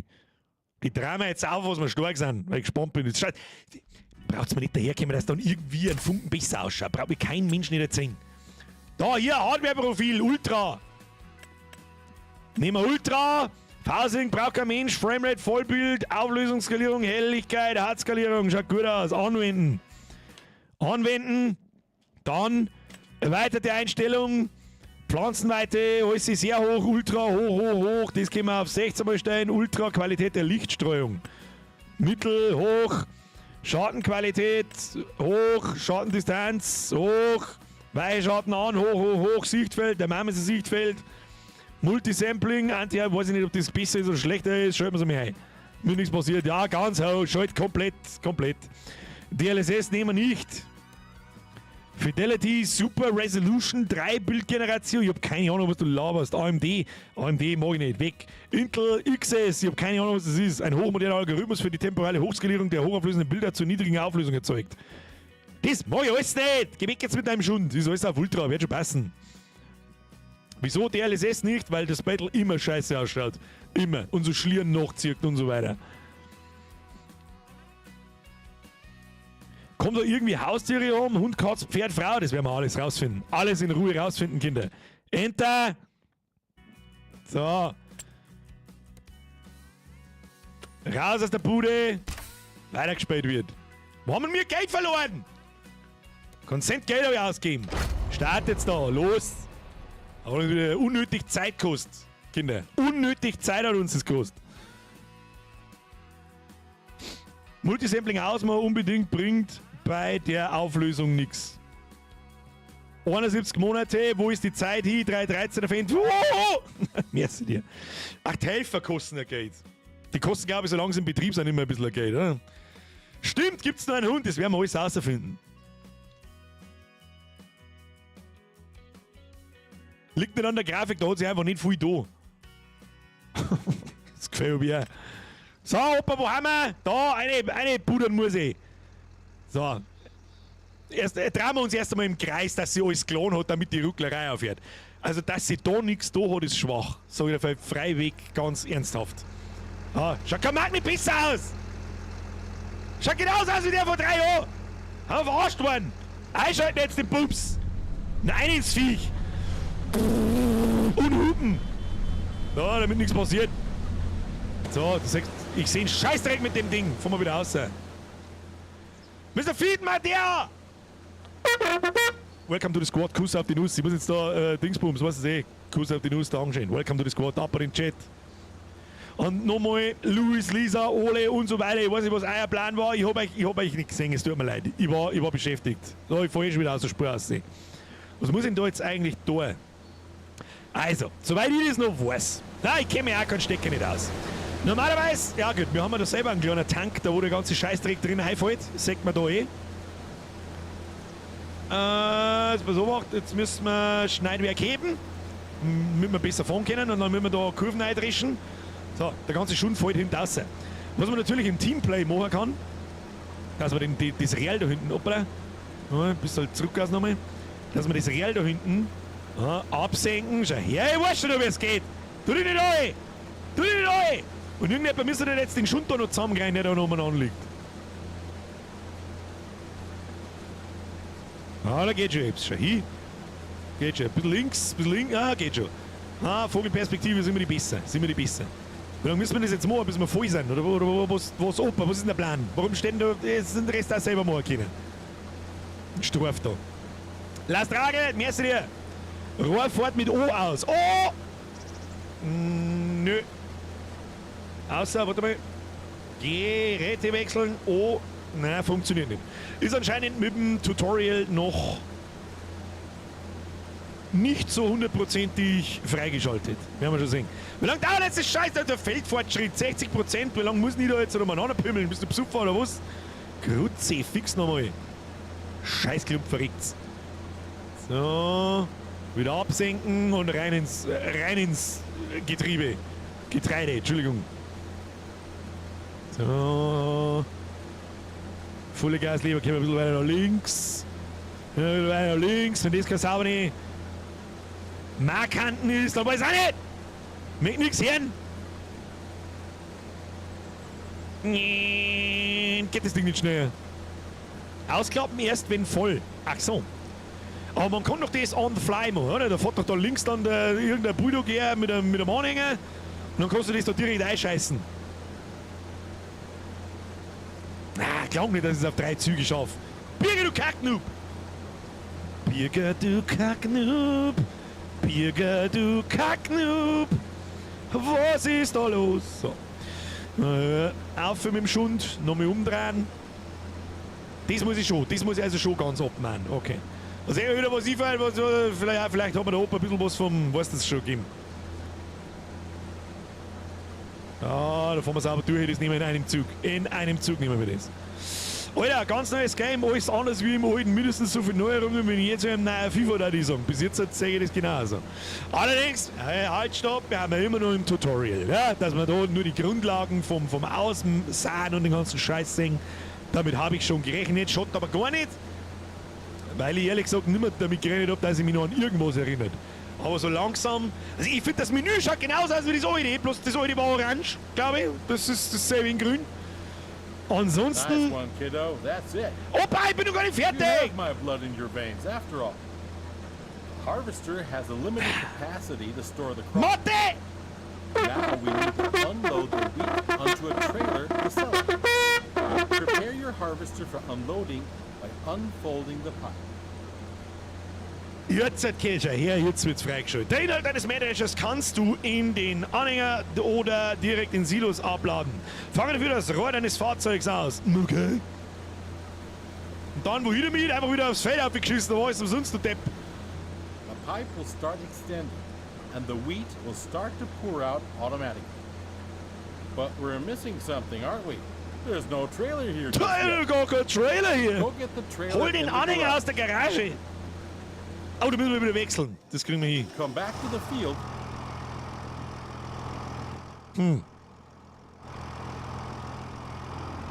Okay, da kriegt der Grafik schon mal wieder ein bisschen einen Schlaganfall. Aber gut. Aber gut. Kriegen wir schon. Vor mir. Oh ja, Verkehrsstelle braucht sowieso keine. Fast Landgewinns. Da, geht schon. Der Gewerbesfeld drüber düdelt. Geht schon, tu dich nicht oben. Nein, rückwärts fahren wir mir da nicht mehr hin. Opa, rückwärts fahren wir mir da nicht mehr hin. Das ist nichts da. Da fahren wir denselben Kreisverkehr aus, wie die Alte auf dem Mannenfeld rennt. Die ist sogar noch Zoll dafür. To empty the tank of your harvester. Ja, empty the tank. Bla, laber nicht jetzt da. Opa, hab keine Zeit für den Schund. So, dann muss ich... Wheat, huh? Wait it out until it's unloaded.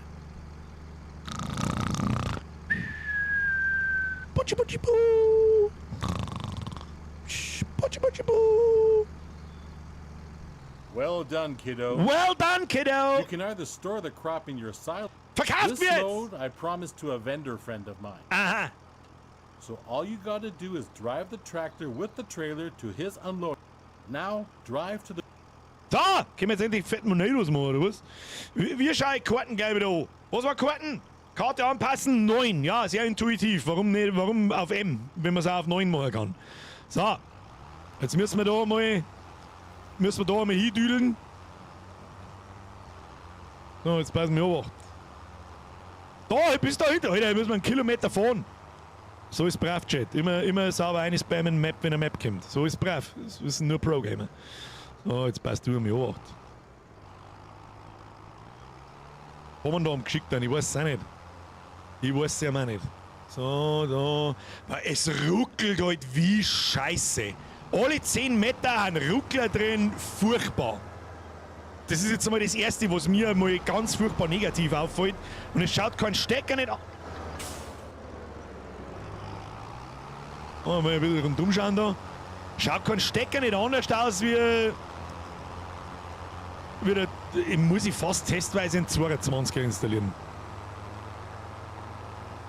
Oh, Vollgas. Können da die Schranken runtergehen? Das war auch mal cool, wenn da ein Zug durchfährt oder so. Nicht. Was war denn da vorne? Ein Schulbus. Aber die Scheide, Birger, die Scheide! Ja, genau. Wir haben wahrscheinlich dafür verantwortlich, dass das Spiel alle 10 Sekunden stehen bleibt, kurz. Und ruckelt wie ein Haufen Scheiße. Aber gut, bis jetzt geht's einigermaßen. Wie ist ein Grafikkarten auslasst, weil bei mir ist die auch nicht ausgelastet und ruckelt wie Scheiße. Kann ich jetzt auf die Schnelle nicht nachschauen. Ohne dass wahrscheinlich irgendwas in den Arsch geht. Da, das Wasser schaut, ja, ruckelt auch fast gar nicht, wenn ich am Wasser vorbeifahre. Sehr gut. Das Ruckeln ist normal, bis das weg ist, dauert es 3 Tage. Aha, okay. Oh, da sehe ich schon wieder, wo wir, ja, beim Heimfahren gehen wir mal schnell aufs Klo. Sehe ich von da. Sehe ich von da. Ja, beim Heimfahren dann. Jetzt fahren wir erst einmal einen Stunde hin, machen wir ein bisschen... Monat, ist da ein Viech gestanden? Nein. Kein Viech.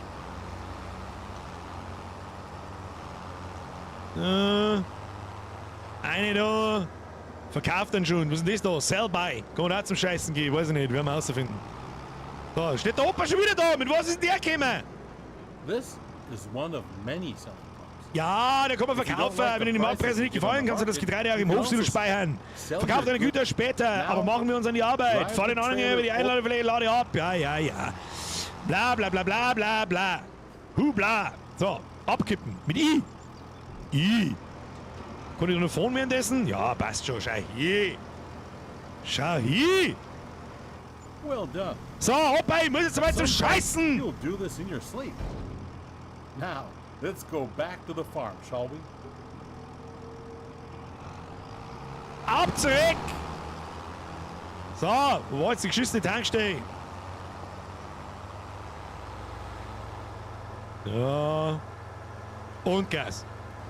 Und Gas! So, wenn das da vorne das Stadtklo ist, dann weiß ich es auch nicht. Wenn das da vorne das Stadtklo ist...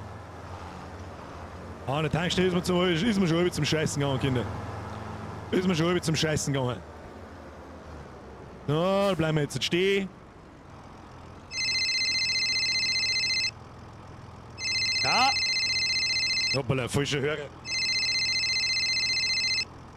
Ja. Was möchtest du jetzt? Ich will zum Scheißen gehen. Hermann, ich hab keine Zeit. Was Bredeltraut? Was Bredeltraut ist soweit? Du spinnst.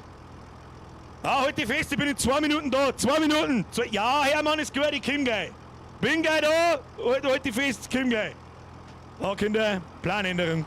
Planänderung. Die Bredeltraut ist soweit. Die Bredeltraut! Ich hab's dem Hermann versprochen. Das hilft nicht. Das hilft nicht. Wenn's bei der Bredeltraut soweit ist, dann muss ich kommen. Das hilft nicht. So, jetzt pass auf. Wo müssen wir überhaupt hin? Hermann, ich weiß nicht, wo wir hin müssen! Ich komm schon! Da machen wir die Hupen lauter! Bredeltraut! Irgendwo dahinter was, ich weiß nicht mehr. Den finden wir schon. Der Stift malt schon, das ist wurscht. Das ist wurscht. Kinder, das ist wurscht. Wenn der Hermann Leute, der hat was gut bei mir. Weißt du, wie es ist? Der hat was gut bei mir. Letztes Mal haben wir ihm... hat er mir Hosen geliehen. Vorstellungsgespräch beim Opa gehabt, hat er mir Hosen geliehen. Da hat er noch was gut bei mir. So, halt zu jetzt, dann fahren wir schnell! Lass mal den scheiß Anhänger jetzt da irgendwo stehen. Wir können ihn ankuppeln! Abkuppeln möchte ich! Kurz gelassen! Das Gerät kann in diesem Zustand nicht abgehängt werden. Dein Mann ist ein Zustand! Los! Los! Treffe Großvater, ich hab keine Zeit nicht! Der Hermann hat angerufen! Mann, jetzt ist scheiß... Bredeltraut so weit ist, da muss der Opa warten! Wo ist denn Bredeltraut? Bredeltraut! Da ist Bredeltraut. Das ist der Hund. Eine von den 3 wird schon sein. Hermann, ich komm! Hermann, ich komm! Hermann, ich bin unterwegs!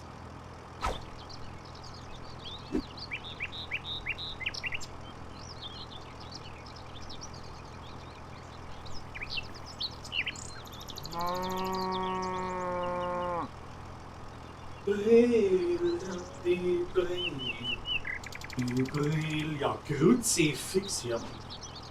Hermann, Kruzifix, da war das, da hättest du mich schon 5 Jahre anrufen müssen. Das ist ein Wahnsinn, die ist ja 5 vor, die ist, weißt, was lässt jetzt du eigentlich da? Wieso hältst jetzt du den Grill an? Lass jetzt den Grill stehen und helf mir. Ja, dann mach ich's jetzt selber, meine Güte, nein, das ist meine Güte. Irgendeinen Grund braucht er nicht. Also, mir oberst, das haben wir gleich. Oh ja, das kriegen wir schon hier. Jetzt tu dich mal, lass jetzt den Grill stehen, du Trottel. Ja, sehen wir dann schon. Sehen wir dann schon. So.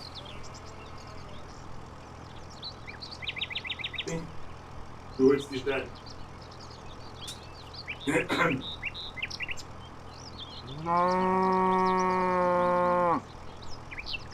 Hermann, die ist sauber zweit. Sauber, gespielt wie auch nix. Gespielt wie auch nix. Über was weiter rein?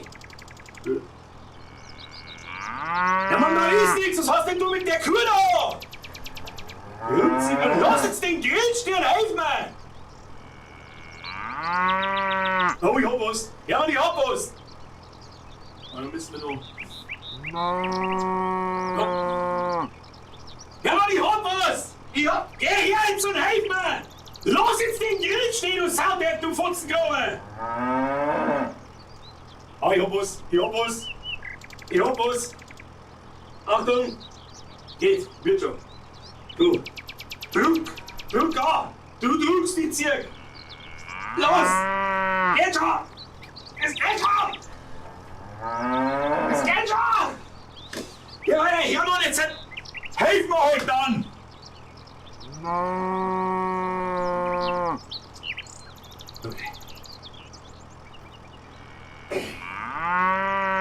Freilich habe ich meine Arbeitsschuhe an!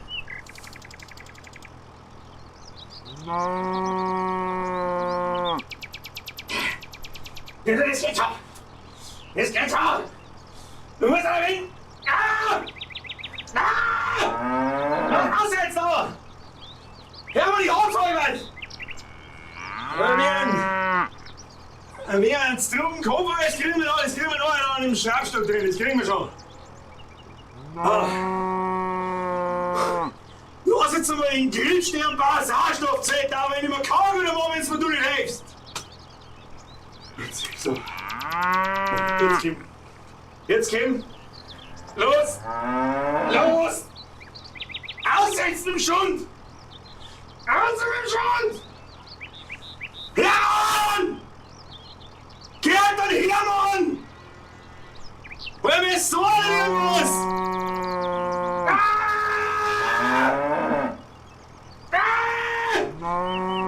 Hör mal die Hops! Hör mal die Hops! No. Haben wir das verheult? Hör mal die Mauer! Die Mauer ist auch schon Flaschen irgendwo. Wo ist was für Geschlecht? Wo ist Zip für der Kache? Da ist nichts dran! Das muss halt von den non-binären Trans-Keimen sein oder so. Weiß ich auch nicht. Ja, machst du deinen Grill wieder an. Ja, machst du deinen Grill wieder an, oder?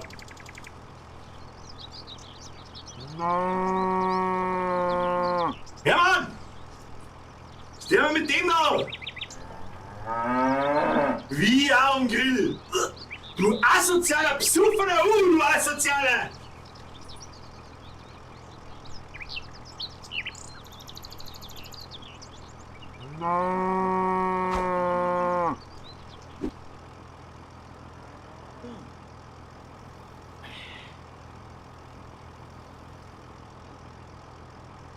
Das ist nicht der Song?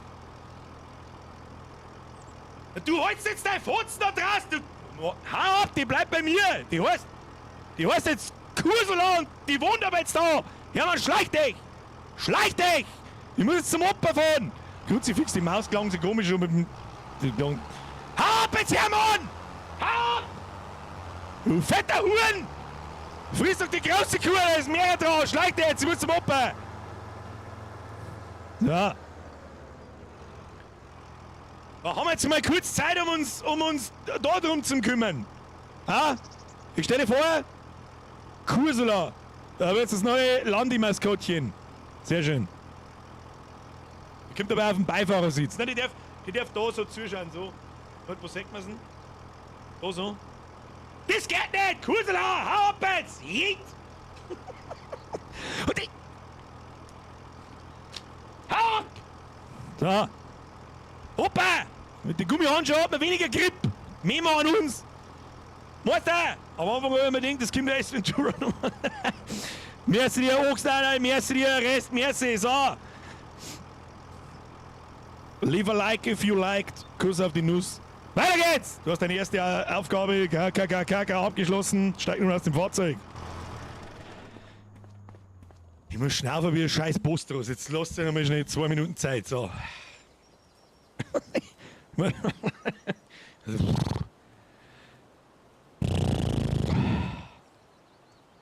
Anstrengend. Ah, Kursula hat ein bisschen 2 Babyspeck offensichtlich da gehabt. Ah. Hermann wollte es direkt außer und aufs Pfandl auf, ich weiß es nicht. So, atmen, Kinder, atmen! So, was haben wir? Seppe, merci dir! Das ist sowas von wert, weil so Kahlbürger. Die gute Transkaibe, Entschuldigung. So, aber wir schauen jetzt aus, haben wir das Tutorial jetzt bald einmal fertig. Tour! Du kannst mit Personen auf deinem Hof an bestimmten Orten auf der Karte sprechen, ja, das haben wir schon mal gehört. R. You're back. Splendid. Splendid! I started wondering if you joined your father. Well, where were we? Mr. Baldrian, merci dir, Big Nation, ich piss mir ein. You've seen the most Kuss auf die Nuss, important danke dir. steps on the field now. There's always more to do, like yield improvement, kalten liming. Düngern, Jäten, Those require special besondere equipment. Ausrüstung, Next thing is gaining a Gefühl bit für of die a Arbeit feel for entwickeln. Ja, es hat mich auch, I'll meine just leave schon. you to it, so you can try out Ich will a lassen, few dass die things. damit ein paar Sachen ausprobieren kannst. You don't want your Du willst doch old nicht, dass ich einen grandpa oberständigen meddling with Sujet your- trainiere. Natürlich Well, I'll be nicht, aber ich here bin hier, if wenn du you Rat need it. brauchst. If you want more detailed info, Was ist jetzt da, der Timmy you can Boy? also ask Du verrückter Ben. Saudepp, immer wieder He besser has als been davor. one of Einfach my zu gehen. most trusted helpers in the past. Mieze! Birger, ich beantrage dich als Geburtshelfer, wenn ich bald das zweite wirf. Now, get to Aber dann farming. ohne Handschuhe, Mieze. Nur Ja, ohne indeed, Handschuhe. indeed. Ah? Bis daher, You'll do just fine. bis daher. This Ich hol farm alles is raus. Your farm now. Ich hab keine Ahnung, was der Opa labert. Tour erfolgreich abgeschlossen. So, der wird's da mal wurschteln oder was? So. Wir hauen jetzt der Bums hin. Da kann man schlafen gehen. Okay. So, wir kommen, jetzt beißen wir Obacht. Um Gottes Willen. Map! So, können wir jetzt mal zum Spiel kommen. Wir können jetzt mit dem Spiel anfangen. Das ist, ja. So, jetzt beißen wir Obacht. Was heißt das da? Wurz, Gersten, Rapsfeld, also da wird dann quasi geschaut, Ackerland 2, Ackerland 3, 1,8 Hektar, oder was ist Hektar? Ich hab da keine Ahnung. Verkaufen, besuchen. Was passiert, wenn ich auf Besuchen drücke? Ah, super, stehe mitten im Feld in der Letten drin. Herzlichen Glückwunsch uns allen. Oh, so schaut das doch gleich viel besser aus. Mit dem Birkenstock in der Letten drin. Mojo, Frauke, merci. Rest an den Rest natürlich auch merci. Ich hoffe, der eine oder andere nicht lohen müssen. Für was anderes mache ich das nicht. So, jetzt passen wir auf. Dann haben wir da Kalender. Das sind die Aussaatzeiten von Raps. Also das heißt quasi, Raps im August aussehen und wann ist da dann die Erntezeit dafür? Und was heißt, ah ja, Erntezeitraum ist orange, Saatzeitpunkt ist grün. Das heißt, demnächst im September und Oktober kommt Weizen und Gerste und dann kommt lang nix. Was tun wir den ganzen Winter? Ich möchte jetzt Holz schneiden, weil ich die Physics ausprobieren möchte. Dann haben wir... Oh! Angus! Kommen wir da jetzt 50 Monate? Ach, wir haben ja drei Kühe. Unter anderem die Bredeltraut und die Chlor. Ja, die muss ich verstecken vom Hermann, weil der frisst zusammen. Der frisst zusammen. Was haben wir da? Aufträge. Kathi, Düngen. Ach, stimmt, man kann also Auftragsmissionen machen. Da fährst du irgendjemanden zum NPC, glaube ich. Und kannst da dann seine Felder bearbeiten, was er halt haben will. Was haben wir denn da? Bruder. Beim Ben, ernten. Ernte das Feld ab und bringe die Erzeugnisse dann zur Verkaufsstation. Also wir brauchen das Ding, wir brauchen einen Bulldog, so einen Anhänger haben wir nicht. Was das da ist, weiß ich nicht. Das ist der Grupperer wahrscheinlich, ich habe keine Ahnung. Was haben wir da? Produktionsketten. Gülle behalten, Mist behalten. Was soll das denn? Biogasanlage, 1 Megawatt. Gülle, Mist, 2020 Mist, elektrische Ladung, Methan, Gärreste. Was tue ich mit dem Scheiß dann? Also, haben wir da nicht, jetzt pass mir Obacht, ist das die erste Neuerung? Habe ich nicht vor 3 Jahren schon gesagt, das war absolut over genius, wenn's wie in Anno, wenn es das jetzt aus der Vogelperspektive spendet, Produktionsketten schon da sind, natürlich, weil die bauen auch noch, das ist ja irgendwo ein Krampf, wobei das Bauen eigentlich auch ganz witzig war wahrscheinlich, und du dann die Sachen von A nach B fahren musst und so, und das dann kombiniert mit dem Multiplayer.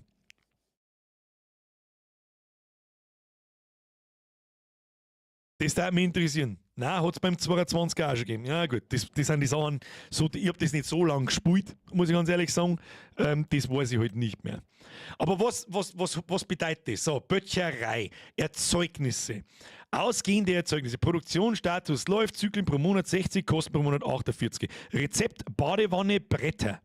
Und die bauen dann Badewandel und Hackschnitzel. Oder was tue ich dann mit denen? Die bauen Eimern. Du Eimer! Da brauchen wir Bretter. Ich darf gerne in die Holzproduktion einsteigen. Sag ich dir, wie es ist. Weil mir das einfach interessiert, das hat ein letztes Mal Spaß gemacht. Und dann schneiden wir einfach mal da ein paar Band zusammen oder so. Du kannst da bauen. Ach so, man kann in den Produktionsstätten bauen. Das ist der Ben. Was haben wir da? Schneiderei. Markierung setzen, verwalten. Kleidung behalten, Status läuft, Zyklen. Es braucht Stoff. Jetzt Moment mal, was? Verfügbar im Besitz. Gehen wir nochmal. Hoppala. Nee. Lass mich jetzt außer da, ich muss ja erstmal schauen. Da gehen wir her. Kombinationen, Anhänger, Geräte. Ach, das sind die Sachen, die ich heute habe. Lade Dingsbums-Stationen. Was haben wir da? Das ist wahrscheinlich die Preisentwicklung. Bauernmarkt, Depot. Die Preisentwicklung von den Produkten. Also unser Ziel ist im Prinzip, wenn ich es richtig verstanden habe, diese Produktionsketten, Biogasanlage zum Beispiel, kann ich mit der jetzt irgendwas da? Nicht wirklich, gell? Habe ich das nicht gerade auf der Karte gesehen, was da? Was mir beobachtet. Wir haben, was ist das da? Goldcrest Valley. Da fährt tatsächlich ein Zug vorbei. Okay. Dann haben wir da, der Tankstelle und da haben wir die Bäckerei. Jetzt gehen wir mal besuchen, Bäckerei. Hallo Bäckerei! Was kann ich da jetzt tun? Produktionsstätte kaufen. Werkzeug wechseln. Was ist denn das da? Ein Vibrator? Nein. Taschenlampe anschauen. Man kann das sogar noch finstern oder was? Dann wird der Hocker Oktober draus, okay? Letztes Werkzeug, Produktionskette kaufen. Ich drücke jetzt einfach mal auf R. Gebäude, Bäckerei für 50.000 Euro kaufen? Nein, natürlich nicht. Das ist ja totaler Chaos. Aber ich darf gern wissen, Markierung setzen, besuchen, haben wir schon, verwalten. Okay. Sie brauchen Mehl, nehme ich an. Ich muss einer Mehl bringen, dann produzieren die Brot. Kann ich diese Produkte dann nehmen und irgendwo verkaufen oder was passiert da damit dann? Komplexe Produktionsketten und dann gibt es nicht mehr ein Feuchtigkeitsmesser. Schwach. Bredeltraut oder Bredelbraut, das Sauge jetzt Holz gebaut. Ja, wir machen ein Mehl. Da braucht man ja eine Mühle dazu, oder nicht? Spinnerei, Sägemühle, Waggonbau, Zementwerk, Ölmühle. Ölmühle ist wahrscheinlich ein Spielplatz, Handwerker. Seilerei, Schreinerei, Papierfabrik, Getreidemühle. So. Das passt mir. Hafermehl, Hirsemehl, Reismehl. Was macht man aus Raps? Macht man dann in der Öl? Olivenöl, Rapsöl. So. Das heißt, der Typ braucht von uns den geschissenen Raps. Sehe ich das richtig? Wir finden den auf der Karte. Das ist eigentlich das, wo wir jetzt am schnellsten, glaube ich, hinkommen. Du kannst ja Produktionsstätten bauen. Ich kann Produktionsstätten bauen? Das ist das Nächste, was wir uns anschauen. Also das, glaube ich, habe ich schon so einigermaßen verstanden. Du musst deine Sachen an deine Produktionen bringen und dann kriegst du entweder das Rapsöl raus und musst dann das verkaufen oder das wird einfach produziert und produziert für die dann Geld. Ich muss dann nicht mehr nochmal irgendwo hinfahren. Aber was mich jetzt noch interessiert, mein Baumenü interessiert mich natürlich noch. Stellen wir jetzt, hoppla. Ja, das da.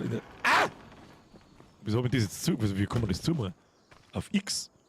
Da jetzt mit X, aber die kann ich das auf und zu machen. Da haben wir jetzt auch einen Johnny hier drin, stehst du hin. So, wie kann ich bauen? Ich möchte etwas bauen. Wo ist das Baumenü? Kamera wählen, Taschenlampe, Werkzeug wechseln. Baumenü? B. Nö. Hoffentlich kommt mal ein Diddly Squad fahren. Wie baut man was? P. Das hat aber wieder nicht gesagt, der Opa. Damit das Geld nicht gleich auswirft. Was haben wir da alles? Fahrzeuge, Kategorie, Kompakttraktoren, mittelgroße Großtraktoren. Können wir auch direkt einmal reinschauen. Was haben wir da alles? Was ist denn der größte? Da der Case, 685.000, da haben wir noch ein bisschen. Ja, da kannst du mit dem Bonz nochmal anfahren. Wo ist der 313er Fendt? 313er Fendt, wo? Der 1000er Vario, das Sauersteier, bist du besoffen? Das ist ein Wahnsinn. Wo ist denn der gut über die Fiat? Im 22 kann es einen Fiat geben. Nehmen wir einen Kompakt. Oh, der schaut gut aus. Schaut so Jetski. Was, der kostet auch schon 57.000? Oh mein Gott! Okay, hätten wir uns vielleicht am Anfang da mal ein bisschen mehr gegeben. Was ist denn das? Schneeraupen. Was ist denn das? Der Europa Navarro Maus. Diese Maschine sammelt Material vom Boden auf und befördert es in Anhänger. Was ist denn das für ein crazy Ding? Was ist das da? Der Prinot Leitwolf Agri-Power. Du verwendest Schiebeschilder, um Häckselgut und Silage zu verteilen und die Haufen in den Silos auszugleichen. Braucht alles kein Mensch, gib mir einen Motorsog. Da haben wir Lader, Anhänger, Bodenbearbeitung, Säen, Ertragssteigerung, Mähdrescher, Häckselteile, ich möchte jetzt einen Motorsag! Da hat es doch also Handgeräte gegeben, die man kaufen kann. Tierhaltung, Trauben und Oliven, Forstwirtschaft, da haben wir doch gut dabei. Holzvollernte. Da wird kein Motorsag nicht dabei sein. Look at me, I am your Vollernter now. Hat's da eine Setzling, sonstiges, Gewichte und ist nur Gewichte? Ja. Wie kommt man da zurück, wenn ich auf Escape drücke? Ja. Förderbandsysteme, Wintergerätschaften, diverses. Wo ist Motorsag? Ich will die Motorsäge! Ich mag jetzt einen Baum umsagen, sofort auf der Stelle, weil ich die Physics testen möchte. Kategorie Ballen. Quaderballen, Rundballen. Hoi, was ist denn mit dem Scheiß? Da ist! Ich muss übrigens. Ah, ich komme mein Fett nicht auf Zeiten von! Haben wir schon. Kategorie Tiere. Bürsten. So, deine Bürsten. Die Goldborsten dran, oder was?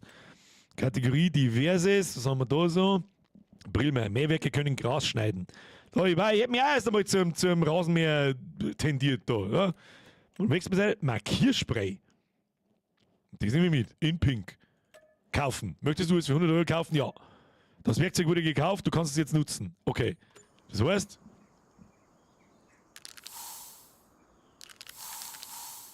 Was kann ich da damit? Ich möchte Zahlen markieren! Was ist das für. Was ist das wieder für eine Billo-Farbe? Ah! So, warte mal. Was kann ich da markieren? Kann ich da im Fade was markieren oder was? Will mal aussteigen da. Kann ich Viecher markieren? Wo ist ein Brildraht? Brildraht! Kann ich Baum markieren? Brildraht! Ich komme! Baum markieren? Oh! Oh, Tatsache ist er hin. Kann ich zweimal markieren? Du bist der Erste, der umfällt. Da wird alles kalt gemeint. Alle da! Der gibt her. So, kann ich Viecher markieren? Kann ich umspringen? Ja, kann ich schon. Kann ich die markieren?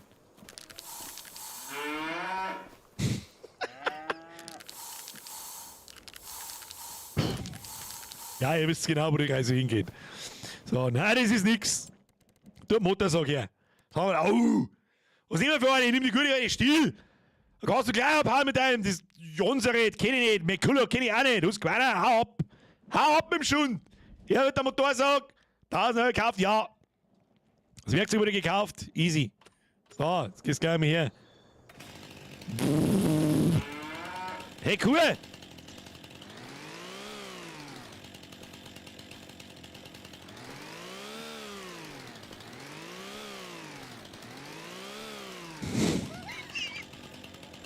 Was soll ich machen hier? Sicherheitsfichtenmoped, da kann man nicht mehr springen damit. Doch, kann man schon.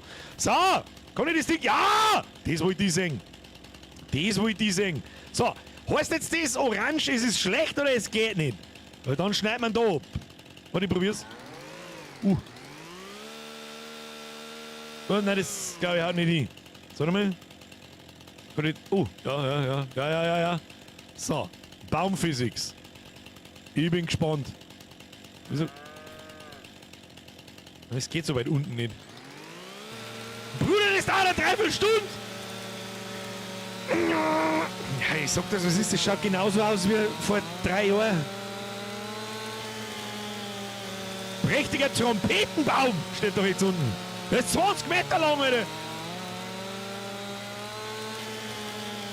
Ja, es ist sehr spannend.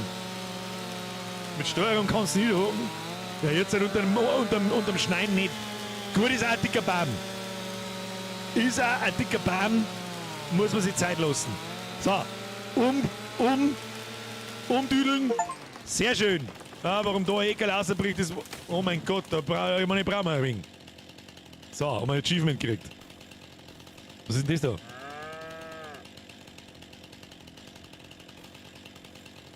Wie soll ich denn das jetzt bewerkstelligen? Können wir da rauf? Wie soll ich denn das jetzt bewerkstelligen? Ha! Es steht der Zukunftsbürger nun vor einer schwierigen Aufgabe. Okay, warte mal. Kommen wir da? Jetzt warte mal.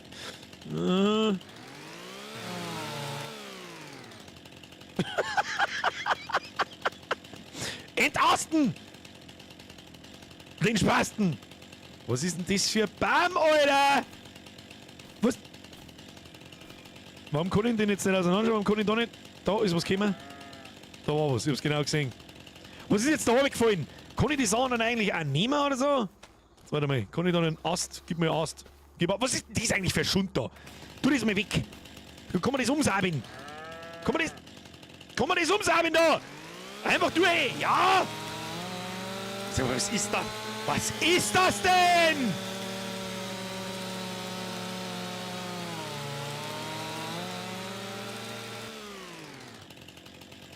Serious? Kann ich dieses Ding jetzt irgendwie... Kann ich den Ast jetzt da irgendwie nehmen oder so? Ich komme nicht starten. Halt den Start jetzt! Warte mal. Den habe ich doch jetzt gerade nehmen können. So. Habe ich den jetzt genommen oder nicht?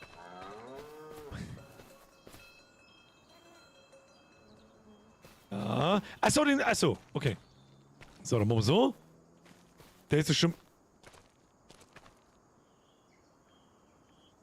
You spin my head right around, right. Oh, irgendeine Bobby Ogenmutter draußen vor der Zug umeinander. Ja, wie soll ich denn jetzt den Baum da,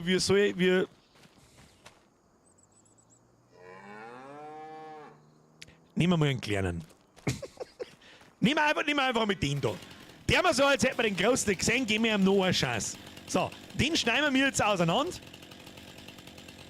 Und zwar einmal... Das... Oh. Warum kann ich jetzt da nicht einfach... Ja, da kann ich... Also... Warte mal. So. Ja, das schaut gut aus. Okay. Bin schon stark. Schneiden wir das Stück an. Sehr gut. Kann ich das jetzt nehmen? Und da schlagen weg. Ja! Was ist... Alter.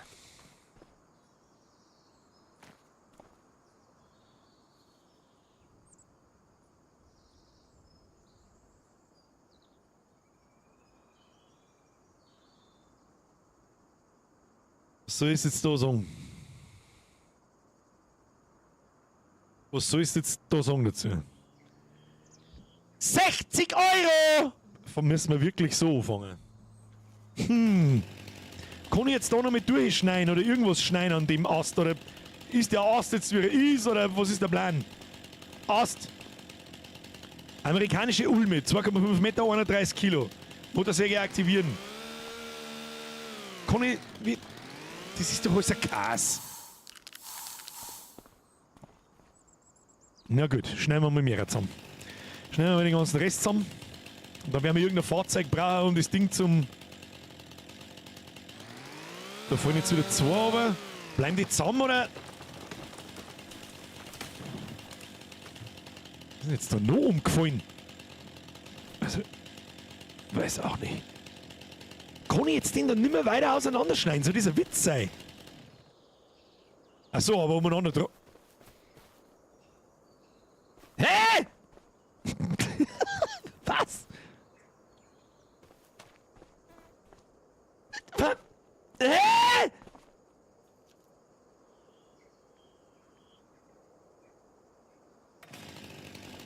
Ich möchte die Astel da abstellen. Das ist doch beim...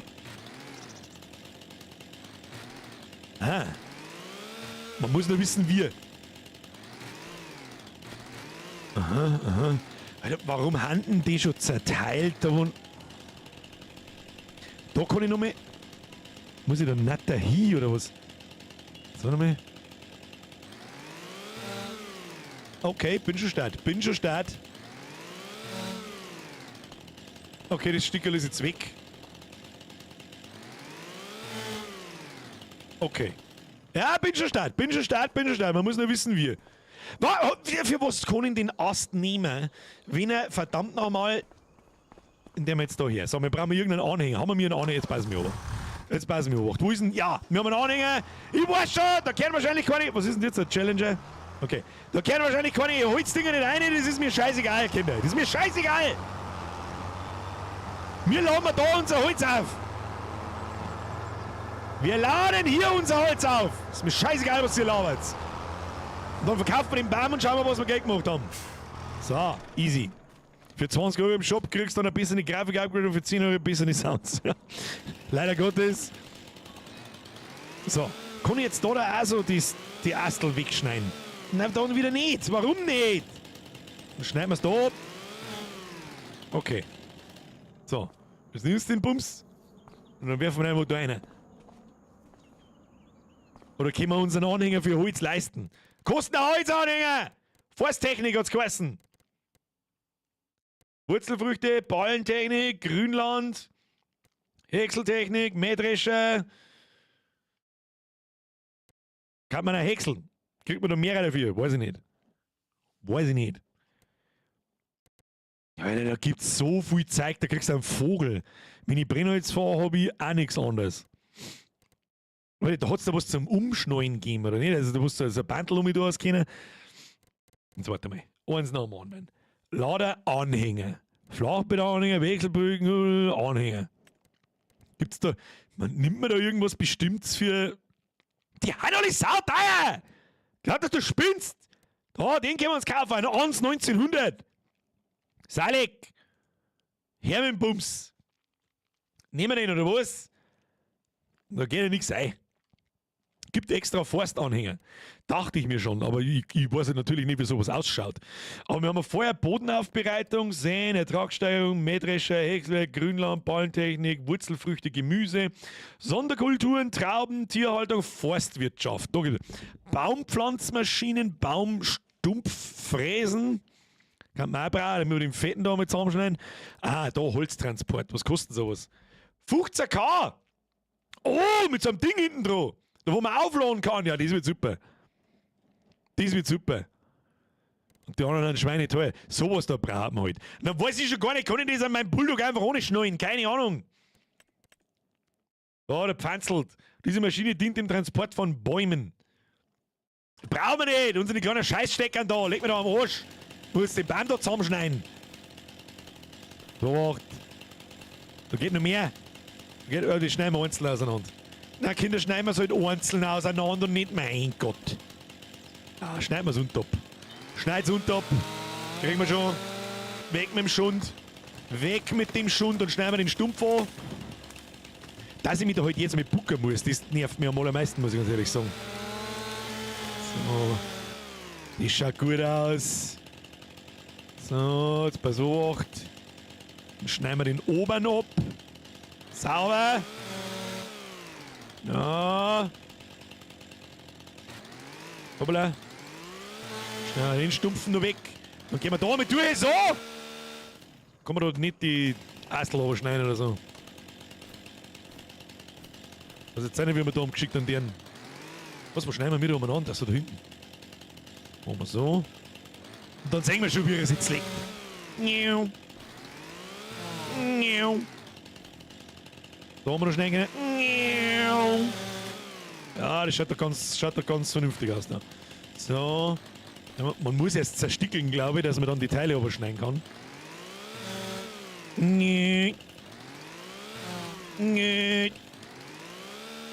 Da geht nichts mehr.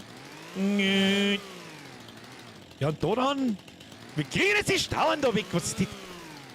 Das machen wir so. Mal das Ding hier da. Oder können wir es einfach zusammen die Bladel verkaufen? Oder nicht? Ah, so schön. Dass ich da jetzt mal. Wir müssen erst ein bisschen auseinander glauben. Wir müssen erst ein bisschen auseinander glauben. Sonst geht er da wieder go. Das ist ein Großstückel, das soll man vielleicht noch ein wenig herschneiden. Was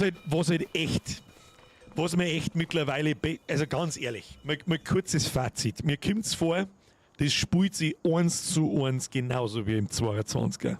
Wenn nicht schlechter. Ich kann mich nicht daran erinnern, dass im 22er Bahn da so ein Gegichtel da beieinander gehabt haben. Schaut einmal die Texturen an, das ist eine Vollkatastrophe. Das ist eine Vollkatastrophe, Freunde der Sonne. Die Textur am Baum, die lasse ich mir nur eingehen. Ja, für das, dass der natürlich physikalisch da an der Stelle auseinandergeschnitten wird und dann da so ist, wie er ist. Schauen genauso aus wie damals. Das lasse ich mir eigentlich, aber dass dann so Astel die Texturen so verzirkt und so. Das kann ich nicht verstehen. Tut mir leid, das kann ich nicht verstehen. So, jetzt müssen wir da noch mehr auseinanderschneiden. Und wo kann jetzt ich die Dinger da abschneiden? Ah ja. Muss ich da hinzielen oder wie funktioniert das? Okay. Hab's schon. So, und dass die ganze Scheiße da im Boden verschwindet.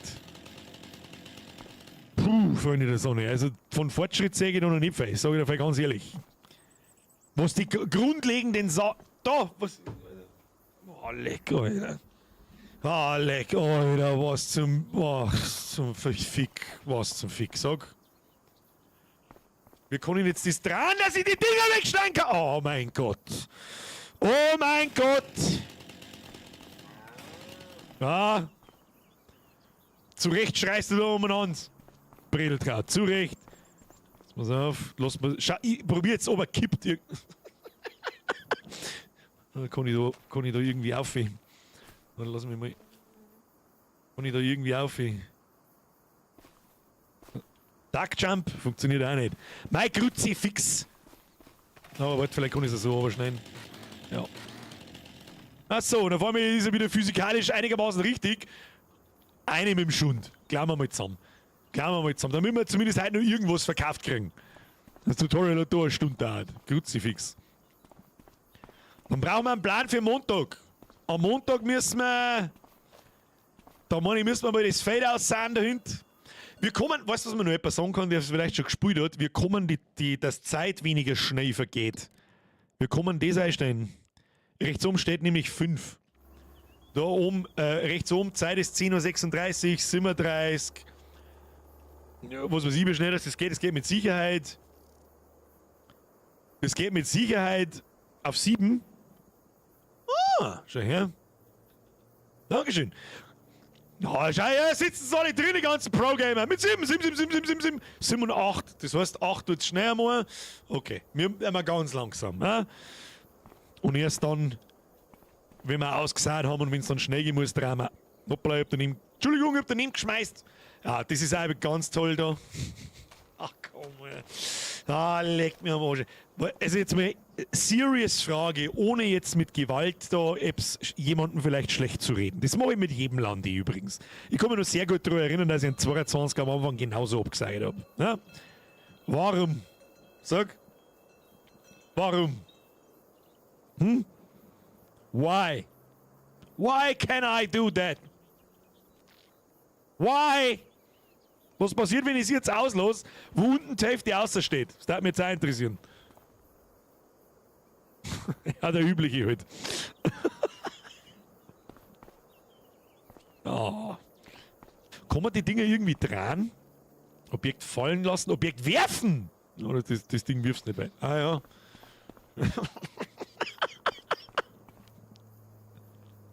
Ah. Ja, das macht er. Ja, freilich.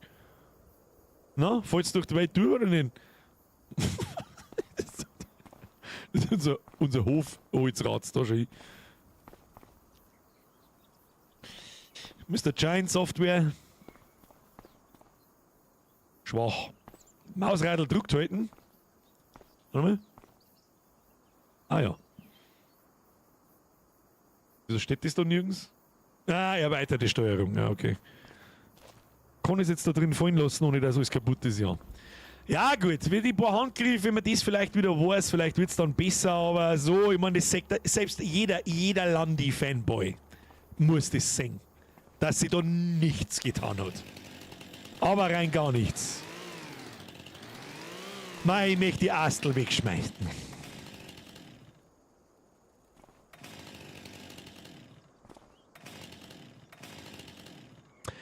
Tu das Werkzeug weg und klang hin! Mein Kruzifix. And it's gone. Herzlichen Glückwunsch. Und wenn es dann an einem Spielstand 5000 Stunden gespielt hast, liegen unter der Welt 860.000 Stückel Holz umeinander und dann wird sich gewundert, wieso ruckelt das so, keine Ahnung. Wow.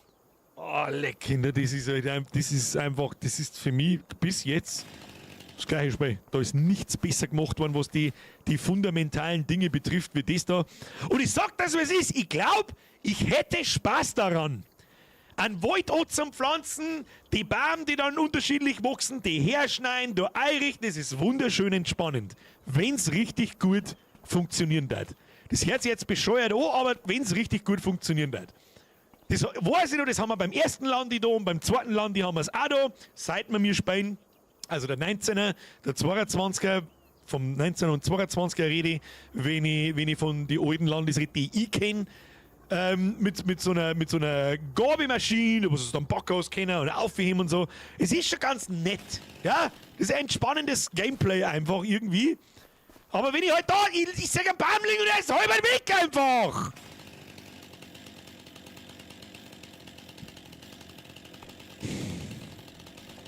Und da kannst du was scheren, wie du. So, und wenn ich jetzt da einmal mit der Sasi tue, dann. Ach, dann. Hä? Okay. Okay. Geht das da auch? Nein, natürlich nicht. Hm? Was das killt halt einfach die Immersion. Für mich zumindest. Was weiß ich, was die da anderen denken, deren die dann einfach nicht.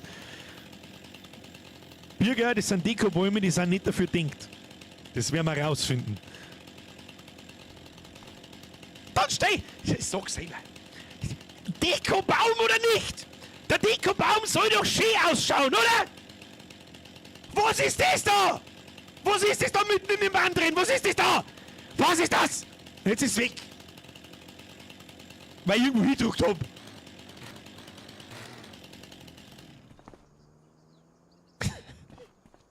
Jetzt auf so einen Shit zum Rennen, die nicht schießen.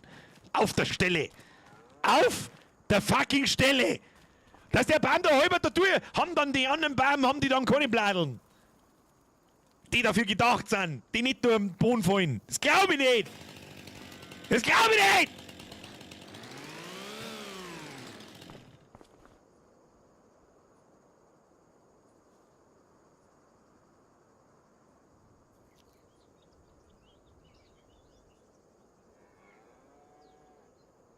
Ursula! Tu irgendwas! Oh.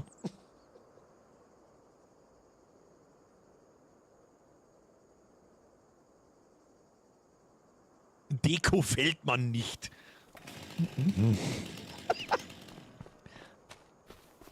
Kennst du die Definition von Copium? Here we go, here we go.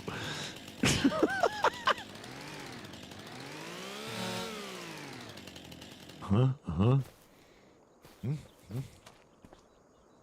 So, wo ist denn dann ein Nicht-Deko-Baum? Los. Wo ist ein Nicht-Deko-Baum? Es muss da irgendwo einen Wald geben, den ich abnehme. Und wenn ich meinen Kredit jetzt aufnehme von der Bank. Gott, ich möchte die Stauder wegschneiden! Wo ist der Wald? Das der haben wir mir heute noch, da kannst du mal Gift drauf nehmen. Fichte im Wald. Ich sehe keine Fichte. Da habe ich Map. Hoppla, das wollte ich alles nicht. Das wollte ich alles nicht, da ist die Map. So, wo ist der Wald? Wald wo? Wir finden ihn sowas. Warte mal. Nö. Wir finden ihn sowas auf die Schnelle. Sagt man da nicht, gell? Der Wald ist unter der Map. Der Wald ist unter der Map. Gibt es da nicht irgendeine Fädel, die ich kaufen kann, wo schon ein Wald drauf ist?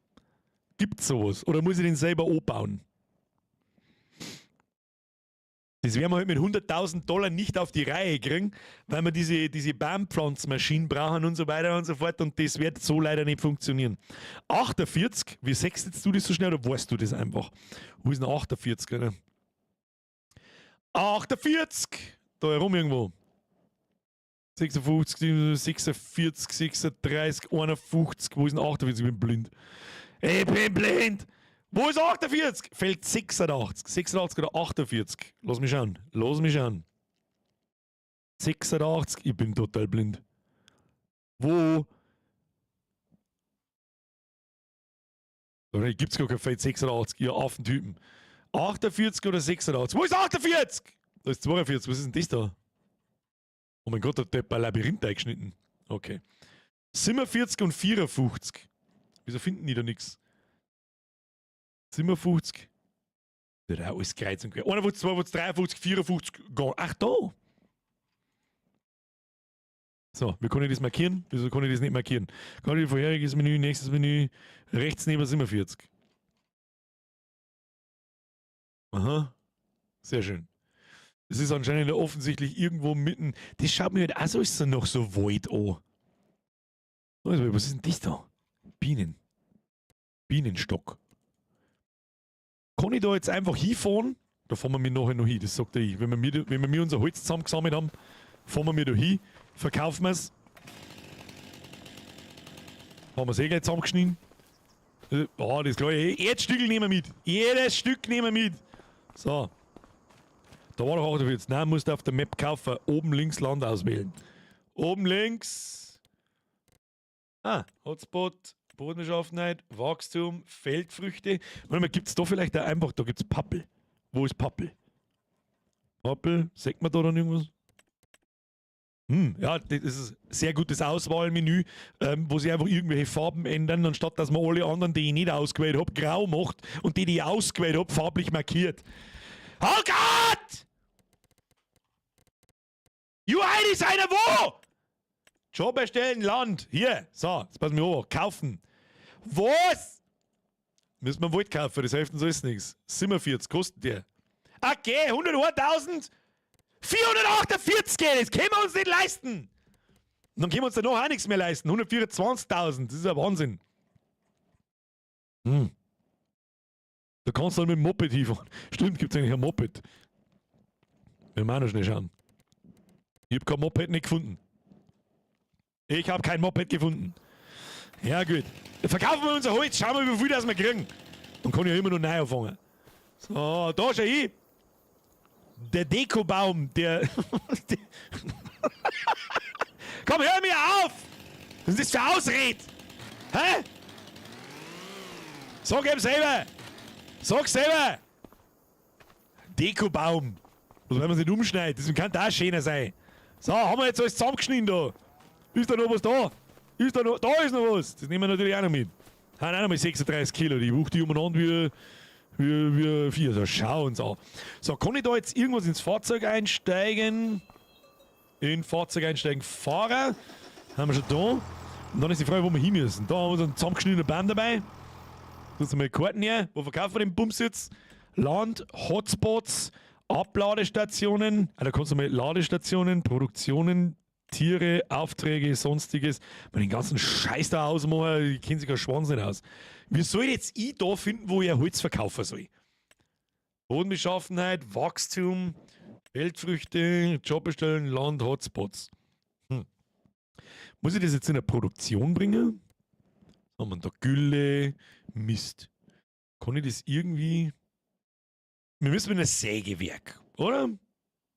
Verstehe ich schon richtig. Oben Menü Moped. Was? Unter Autos gibt es auch Aprilia. Oder? Das müssen wir schon schnell anschauen. Warte mal. Was? Oben? Autos und Motorräder. Da. Her mit dem Schund! Black Spider, White Wonder. Gibt's da zwei, oder was? Schwach! Egal! Kaufen! Ja!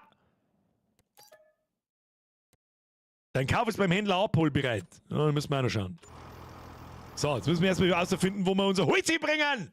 Wenn wir 5,50 Mark verdient haben. So, da. Wir haben eine Sägemühle. Was brauchen die? Da, Holz.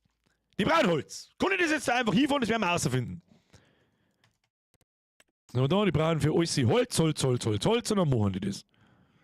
Mit dem Tuk-Tuk in den Wald. Wie finde ich diese scheiß Sägemühle jetzt auf der Karte? Wieso kann ich da jetzt nicht einfach Rechtsklick Karte? Rechtsklick kaufen. Was auch immer. Muss ich da jetzt jedes einzelne Ding anklicken, um außer zu finden?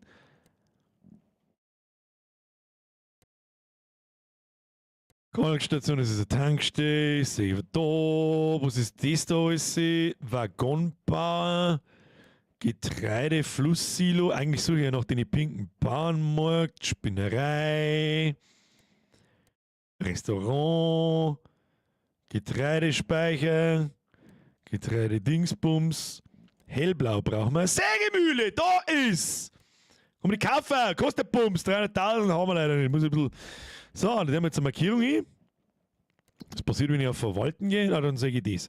Und dass ich von dem Menüpunkt jetzt nicht zurückkomme auf die Karten, ist tut mir leid, aber total.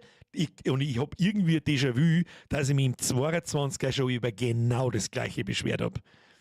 Das ist schon wieder das Offensichtlichste, wenn Leute ihre eigenen Spiele nicht spielen und total versagen. Weil ich mich jetzt da behindert suche auf der Karten, um den Scheiß da zu finden. Ich habe keine Suchfunktion, ich kann da, vielleicht gibt es da irgendwas, ja. Das sind Fahrzeuge, ja, natürlich kann ich die Abladestationen und so weiter und Produktionen außerfiltern, aber welche was ist, sehe ich nicht. Du musst zur Schreinerei.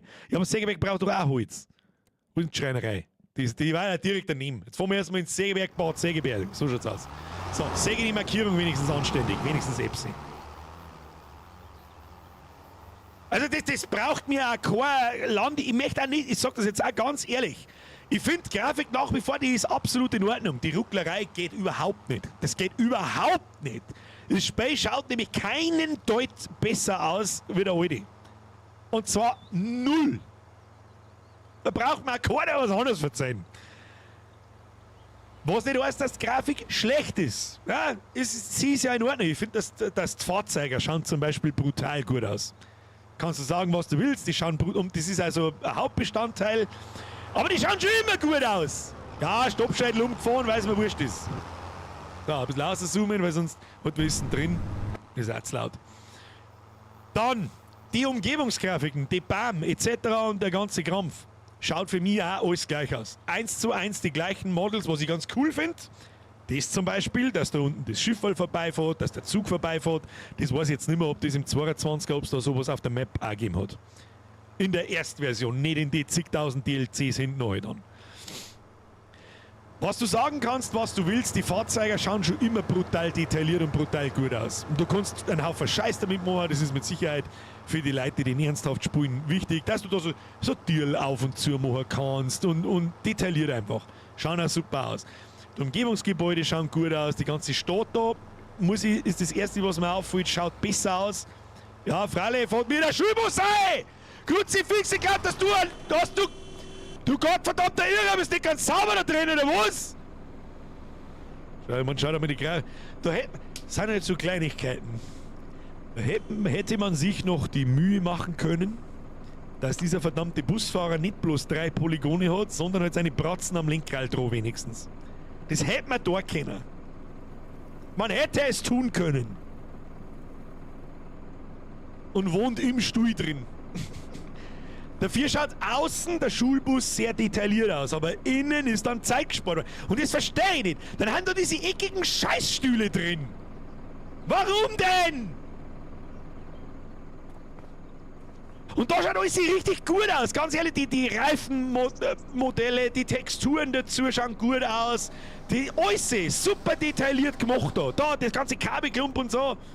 Soweit ich das jetzt beurteilen kann, der Dreck, der in die Reifen drin steckt, die Fahrzeuge, die dreckert werden und die schauen ja innen auch gut aus. Da, ich meine, da kann ich mir ja direkt auch nicht, da haben sogar Dreck da am Boden unten. Da ist so detailliert und mit so viel Liebe hergegangen worden und deswegen glaube ich, feiern leider diesen Simulator so. Aber dann kommen die anderen Sachen, was haben denn die in den 3 Jahren da? Also ernsthafte Frage jetzt, was ist denn einer... look at this is the neue Landi, this is the major new feature, have fun. What is it? Dass es jetzt eine Asiaten-Map gibt, wo ich Reisel bauen kann. Ist der Ernst? Für das haben es 3 Jahre braucht. Puh. Freunde der Sonne. Puh. Schwierig, Digi. Aber gut. Jetzt fahren wir ins Sägewerk und schauen, was passiert. Die Map schaut besser aus, habe ich den Eindruck. viel detaillierter, viel umfangreicher, irgendwie einfach mit mehr Liebe gemacht. Was das Zeug betrifft, das da rundum steht. So, kann ich das kleine Weg da runterfahren. Das kriegen wir schon, Kind, das kriegen wir schon. Was ist da für ein lustiges Tuk-Tuk? Was kann ich jetzt da noch? Okay. So. Kann ich jetzt da... Was kann ich jetzt da tun? Kann ich da was tun? Kann ich Boot fahren?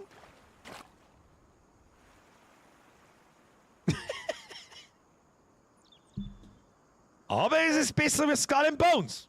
Muss man lassen, man kann schwimmen. Kann man dauern? Okay.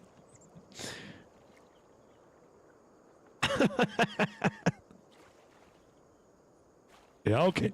So, was muss ich da jetzt da rückwärts mit dem Hänger rein? Ins Wasser? Muss ich das kleine Holzzeug da ins Wasser einfach lassen? Die brauchen doch bloß Riesenbahn da, oder was?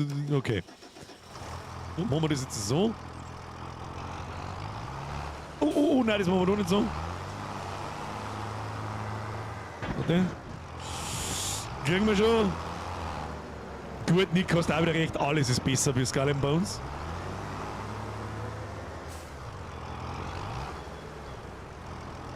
Muss ich da direkt, ich tue jetzt ein bisschen aus davon, damit es nicht so laut ist, muss ich da jetzt direkt ans...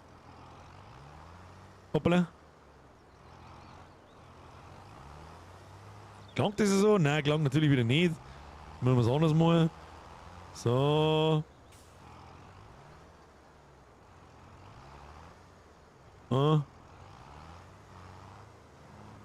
Ja, das mit dem Anhänger, das kriegen wir auch noch irgendwie. Und jetzt muss ich es da einladen. Versenkt das Klump! Was ist da ich sag? Ist mir scheißegal, ob wir da jetzt was kriegen oder nicht. Mach den Bums auf! So, wie ist es gegangen? Hupen erstmal! Ich warte jetzt da! Abkuppeln! KI-Helfer aktivieren, Modus KI-Helfer. Nein! Abkippseite hinten, unten! Kornschieber, was ist ein Kornschieber? Keine Ahnung. Links, rechts, hinten. Ja, wir können das jetzt abkippen! Kipp halt! Hupen kann ich, aber ich kann nicht! Probieren wir es so. Kann ich da irgendwas machen? Nö. Wieso wird denn das nicht angezeigt? I. Steuerung I. Du hast keinen Zugang zu diesem Land. Steuerung L. Geht nicht. Tiefer ins Wasser. Ich schiebe jetzt da einfach eine, weil es mir wurscht ist. Ich habe keinen Zugang zu diesem Land! Muss ich vielleicht doch einfach an das Symbol da hin? Da halt das so herkippen.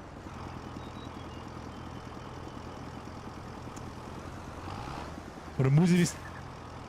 Kann es sein, dass der Hänger nur für Korn ist? Das ist ja totaler Schwachsinn. Jetzt warte mal. Was passiert denn? Was passiert denn, wenn... Oh, ich kann halt auch nicht ein, dass ich jetzt da was außerglauben kann.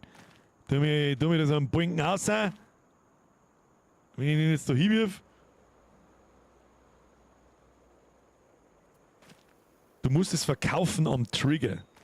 Ja, das ist so, die Idee hatte ich auch schon, aber wenn das darf doch normal wurscht sein, mit was für einem Anhänger dass ich das bringe, oder? Abkippseite, Kornschieber, Hilfe. Ich muss doch das Ding kippen können, unabhängig davon. G war Gerätewechsel, was eigentlich geheißen, da passiert auch nichts. Du musst aussteigen und Holz verkaufen. Okay, probieren wir es nochmal. Nochmal zurück an den Triggerpunkt. Das muss ja klar, wenn ich so da hinfahre. Lass den hinstellen, lauf den. Fahrzeugkamera, muss ich vielleicht da irgendwas tun? Man hat doch da verwalten drucken können, oder nicht? Das machen wir jetzt zum Beispiel so. Wo sind wir?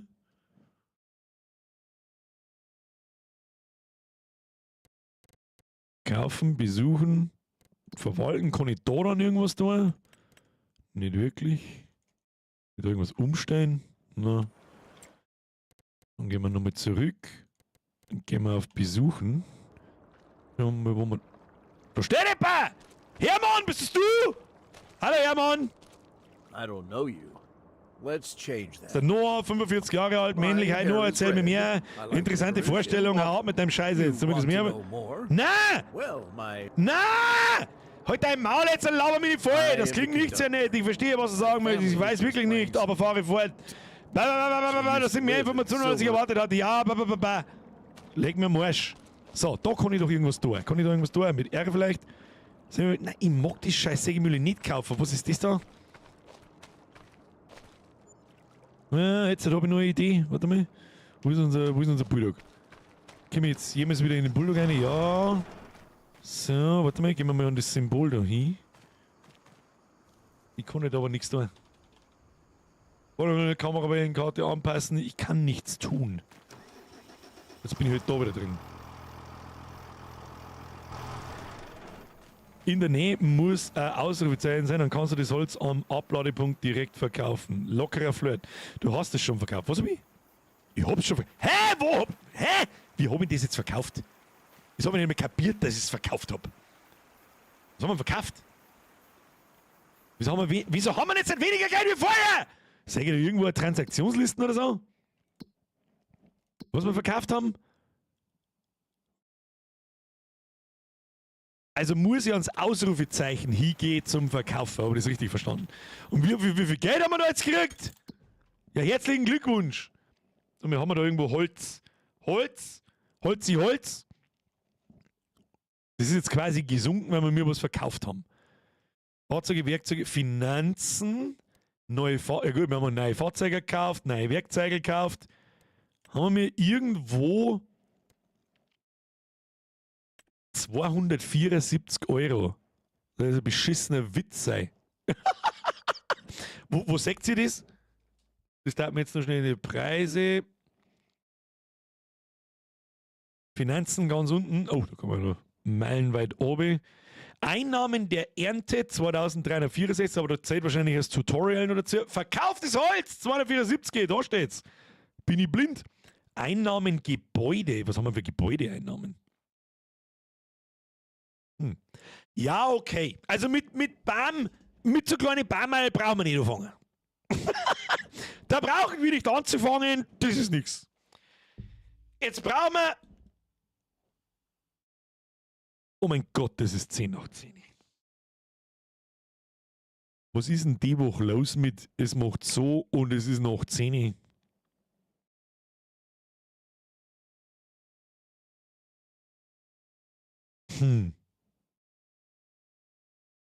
Mike! Hanfbleibentäsch war eine Sache. Gibt's bestimmt bald als Mod. Gibt's die mit? Gibt's für den 22er bestimmt. Boinkanone, 19 Monate geht dahin. Merci dir, Peter, merci für den Euro. Andal, merci dir. Fabian, merci, Selbstspieler, merci. Bastel, merci. Mojo und Frauge, merci. So. Was tun wir jetzt? Sitzen wir uns einmal nur in das Motorrad rein. Wo ist unser Motorrad? Aprilia! Einen Wurf! Oh, Miete!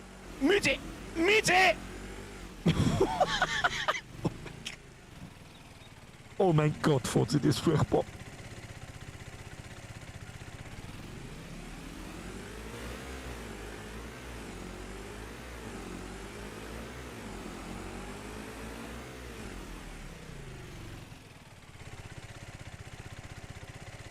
Komm, hör mir auf.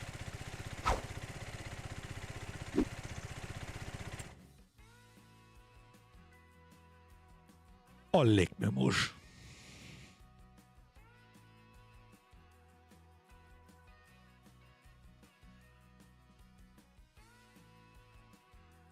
Was soll jetzt da dazu sagen?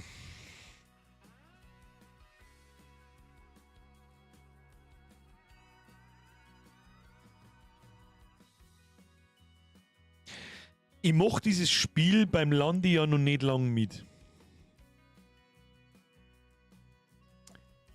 Phase 1. An alle, die heute da waren, Dankeschön, Kuss auf die Nuss, Like nicht vergessen, das würde mich sehr freuen, Dankeschön. Wer neu ist, Abo, Glocken checken, los geht's. Ich mache das Spiel ja, ich bin ja nicht so ein eingefleischter Landi-Spieler wie viele andere möglicherweise da herin. Also ich weiß nicht, wie war der Landi 15, wie war der Landi 12, was es davor so gegeben, ich weiß es nicht. Deswegen kann ich die Sprünge nicht so beurteilen, aber ich sag dir was, das fühlt sich an, als da die immer noch das gleiche Spiel spielen wie 2019.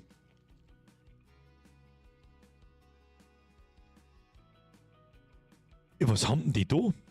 Also jetzt mal ernsthaft, außer vielleicht neue Fahrzeuge dazu. Ja, okay, aber brauche ich da 3 Jahre dazu? Was? Hä? Freunde der Sonne, ich war schwerstens davon überzeugt, dass man mir Landi inklusive ich 1, 2, 3 Streams solo, 2, 3, 4 Streams mit einem Server bis Weihnachten spielen.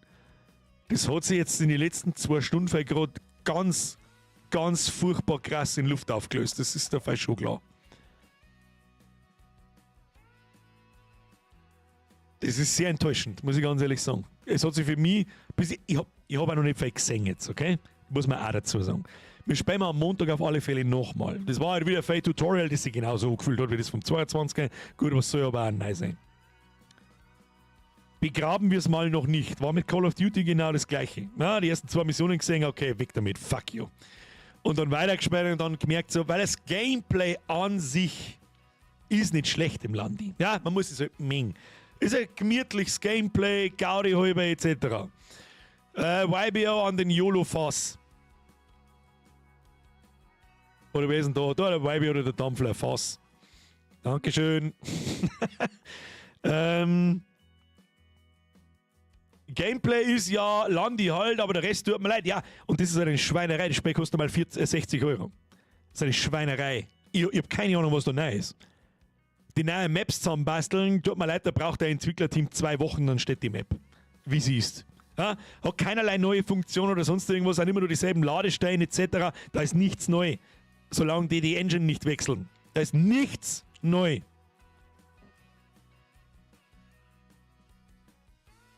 Ist halt einfach, dass man schlecht macht, wenn man nur die schlechten Aspekte kennenlernt. Ich bin mir sicher, dass der gelingt, wenn es das gescheit kennenlernen darfst.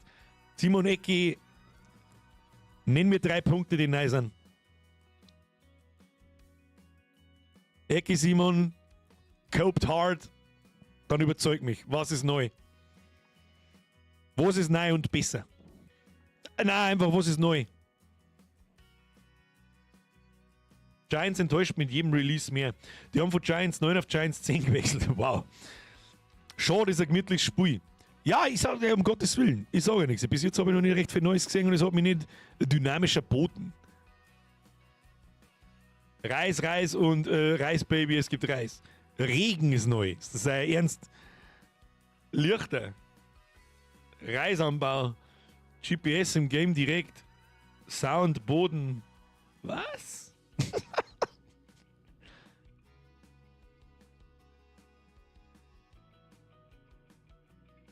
Tornados, okay. Es gibt Tornados, okay. Weißt du, wie lange ein Entwicklerteam braucht, um ein Tornado einzubauen? Der Praktikant braucht eine Woche. Erklären der Entwickler 2 Tage.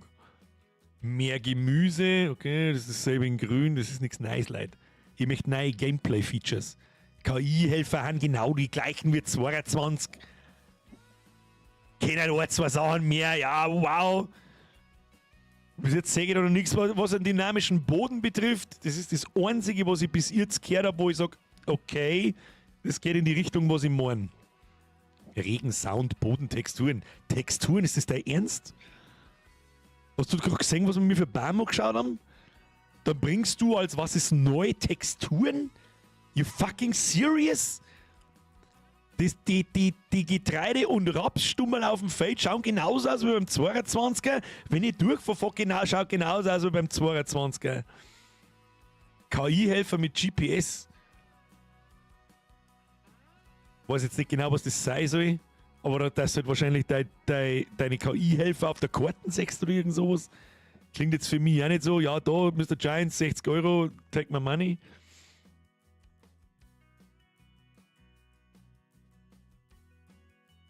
Angeblich sind die Produktionswege ausgebaut worden. Das ist auch kein Game-Feature, kein nice. Das habe ich extra gefragt. Hat es im 22er schon gewesen. Beste Neuerung sind auf alle Fälle die Bäume unter der Map. Ja, das stimmt. Das ist damals so wie in Ghosts zerstörbare Umgebung. Schuss am Baum, der umfällt. Nein, der Helfer macht alles automatisch. Haben sie das nicht im 22 auch schon? Da habe ich doch auch einfach einen Helfer reingesessen und das Feld abgemacht. Fertig. Im Fahrsilo schaut das Häckselgut ganz anders aus. Leute, ihr gespannt wirklich, glaube ich, nicht, dass ihr da gnadenlos verarscht werdet, gell? Ihr gespannt es, glaube ich, wirklich nicht. Da der Philipp der Vlogger schreibt sogar noch, auf das habe ich jetzt die ganze Zeit gewartet. Als GPS ist eingebaut worden, das hat man vorher als Mod laden müssen. Das heißt, sie haben einen Mod nachgebaut. Das ist euer Ernst, leider. Helfer kann auch zum Feld fahren. Ja, okay, Alter. Jetzt. Sonst probierst du da mal einen Recyclinghof-Simulator. Fahrsilo treten, ich habe seit 2009 gespielt bis zum LS22, da war dann das dritte Spiel fast gleich, was nur optisch umgemodelt war mit Karten. Skyline Landwirtschaft, Mod in schlecht nachbaut, das kommt das deren alle gern, das tut Bethesda auch gern. Giants baut seit 2013 Mods nach, alles was mit Wald zu tun hat, war ein Mod. Mod-Dateien von Nexus gezogen und reingeschissen. Meinung zur Fahrphysik, die ist gleich. Fahrphysik von dem Motorrad, Vollkatastrophe. Fahrphysik von dem Motorrad ist voll, das hast du jetzt selber jetzt gesehen, oder? Kannst du euch auch noch mit sagen. Ah, ich stecke irgendwo fest, warte. Ich stecke irgendwo fest, warte. Da haben wir. Oh, ich muss zurück aus. Achtung. Ich fahr irgendwo grob drüber.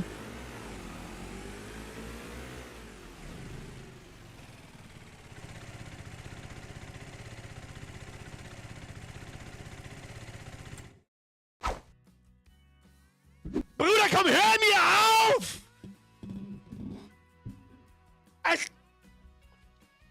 Komm, hör mir auf!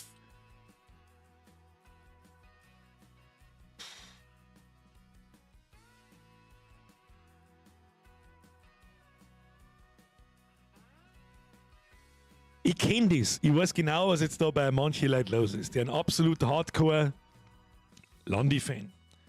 Vielleicht haben sie ein Fan von mir. Ich gehe mir schwer davon aus, weil sonst wäre es nicht da. Und jetzt fängt der an, mein geliebtes Spiel zu kritisieren. Fuck, ich habe aber schon 60 € dafür gezahlt. Natürlich verteidige ich das jetzt.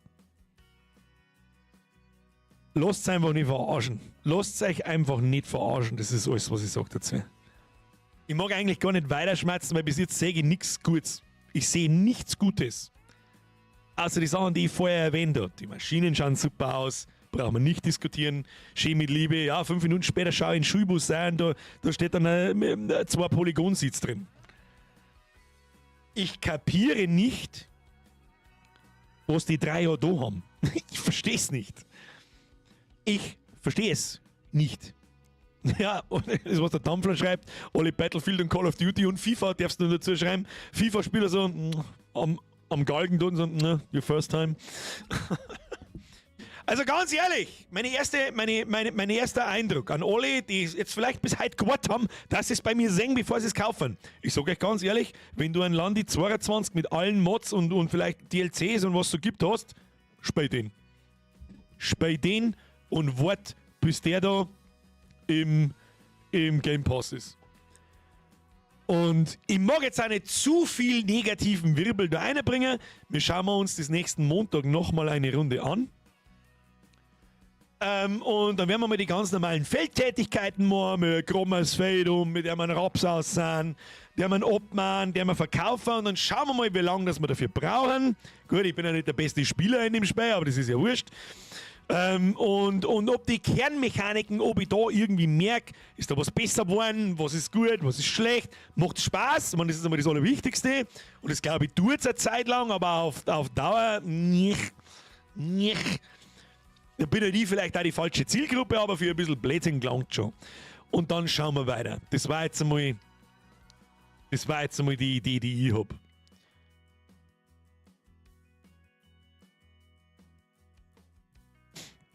Und ich rieche halt, liegt an deiner Grafikkarte, ja, wahrscheinlich. Die Ruckler, oder ich weiß nicht gut, ich weiß jetzt auch nicht, wem der Django gerade antwortet. Es werden, glaube ich, im Chat gerade sehr viele Diskussionen geführt, untereinander, wo ich gerade nicht weiß, wer mit wem redet, ich weiß nicht, ja, mein Voodoo 3 Karten geht, die wird da einfach ein bisschen heiß, die geht dann nicht mehr so gut. Ach ja, die DLCs für 60 €, safe kommt da ein Modepack, mich darf's nicht wundern, kämen auch noch. Ja, ich habe auch nichts grundlegend habe ich nichts gegen DLCs, auch bei dem Spiel nicht. Natürlich werden ja Idioten, wenn die keine Fahrzeug-DLCs nicht bringen. Ja? Wenn die genauso schön funktionieren und detailliert sind, wie halt die Spiele, die bereits drin sind. Fahrzeuge, die bereits drin sind.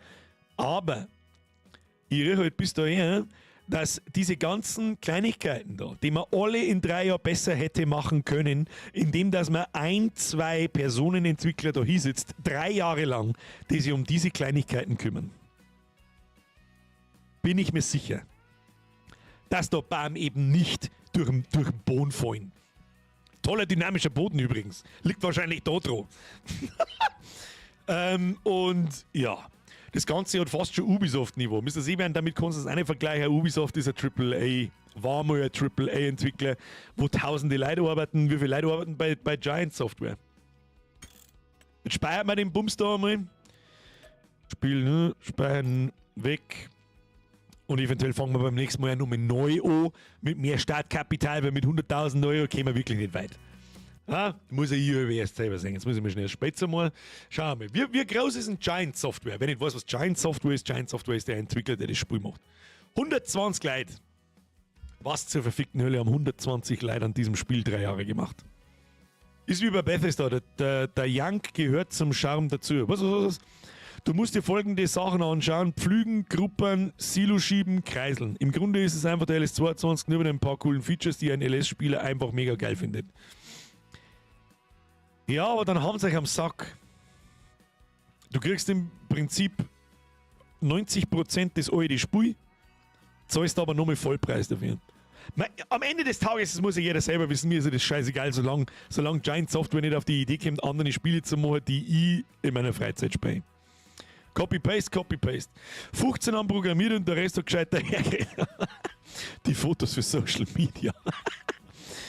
Der Schandi schreibt: Birger, wenn es da in einem Stream 2 Leute im Multiplayer ist, die dir die Mechaniken noch mit sagen, gut, dass Physik nicht besser geworden ist, glaube ich dir gleich, aber wenn es da ein paar Sachen weißt, ist für die auch erträglicher.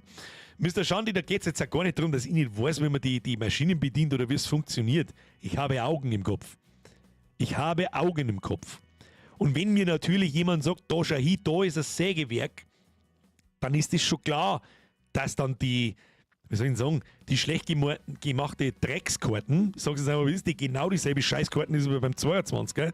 Und zwar ohne Diskussion dieselbe Scheißkarten ist, dann bringt mir das auch nichts, weil der 0815 Sepp, der hat eben normalerweise keine Leute neben sich, die ihm sagen, hey du, Sägewert ist übrigens da.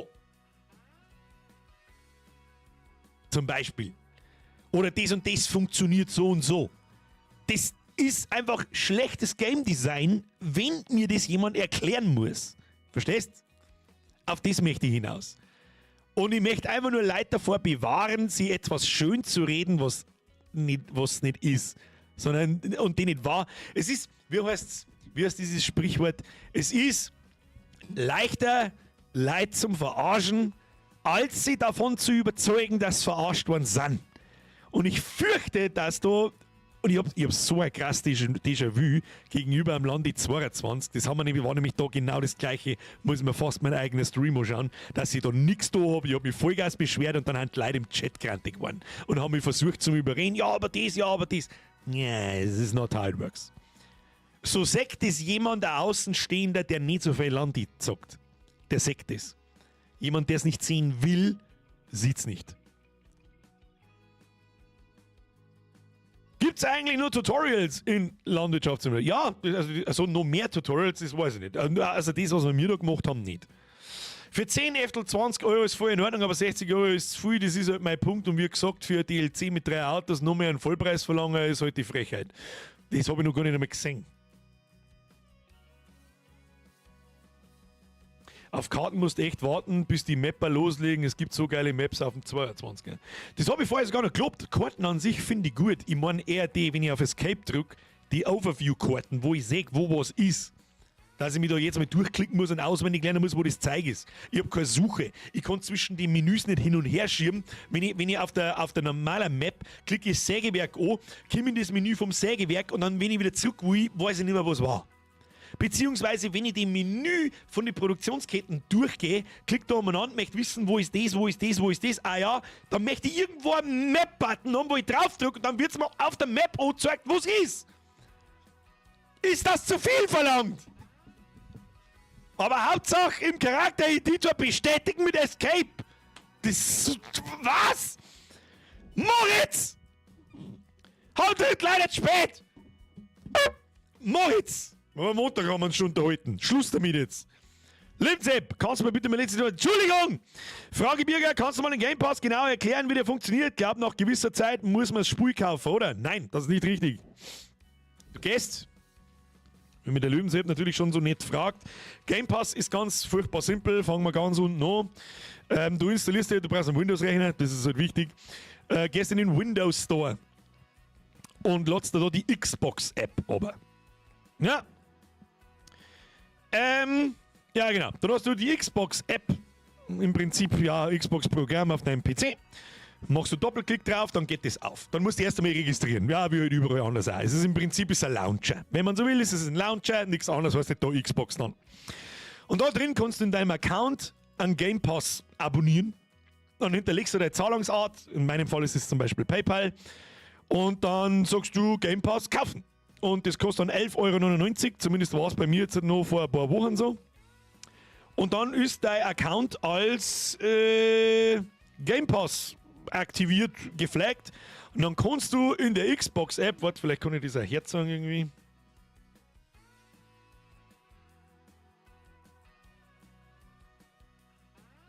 Passen Sie, Obacht. Schluss jetzt! Mach jetzt!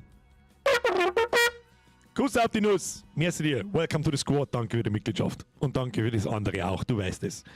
Mr. Mo, welcome to the Squad. Aber den Chat habe ich dir, Moritz. Löwensepp, jetzt pass auf. Kriegst du die detaillierte. Ich hoffe, dass jetzt da nicht irgendwas.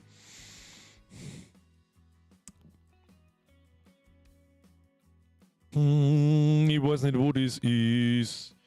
Schauen wir mal da. Das geht alles kein was an. Machen wir so. Haben wir irgendwo einen ganzen Monitor zum Aufnehmen? Nein, nicht wirklich. Was haben wir? Doch, haben wir schon. Was ist denn das jetzt für ein Caster? Warte mal. Cam Wand. Cam scheißegal. Machen wir jetzt so. Xbox. So, da sind wir. So schaut das bei mir aus. So schaut die Xbox-App halt aus. Bla bla bla. Und dann kannst du da auf den Game Pass gehen.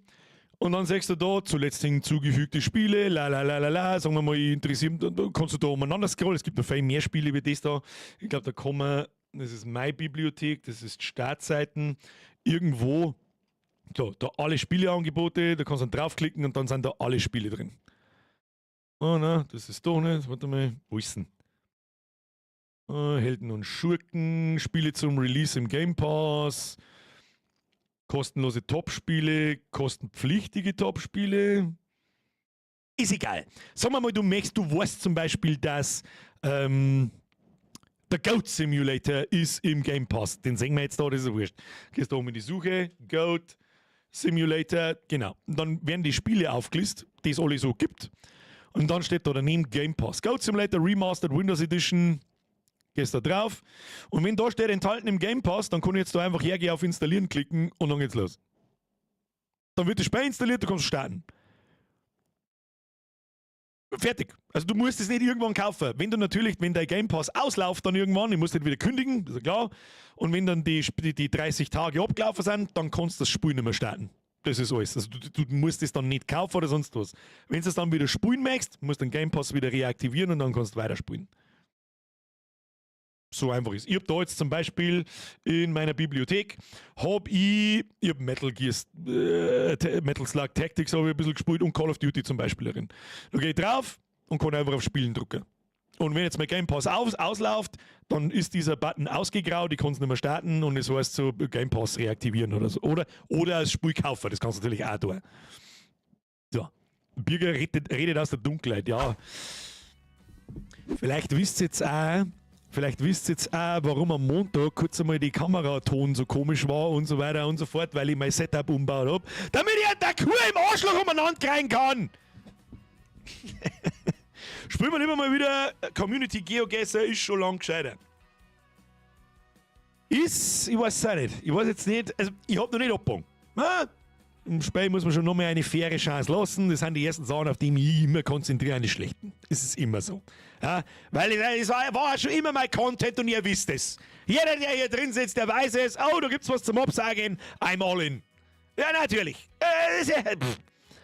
Heißt nicht, dass wir nicht weiterspielen.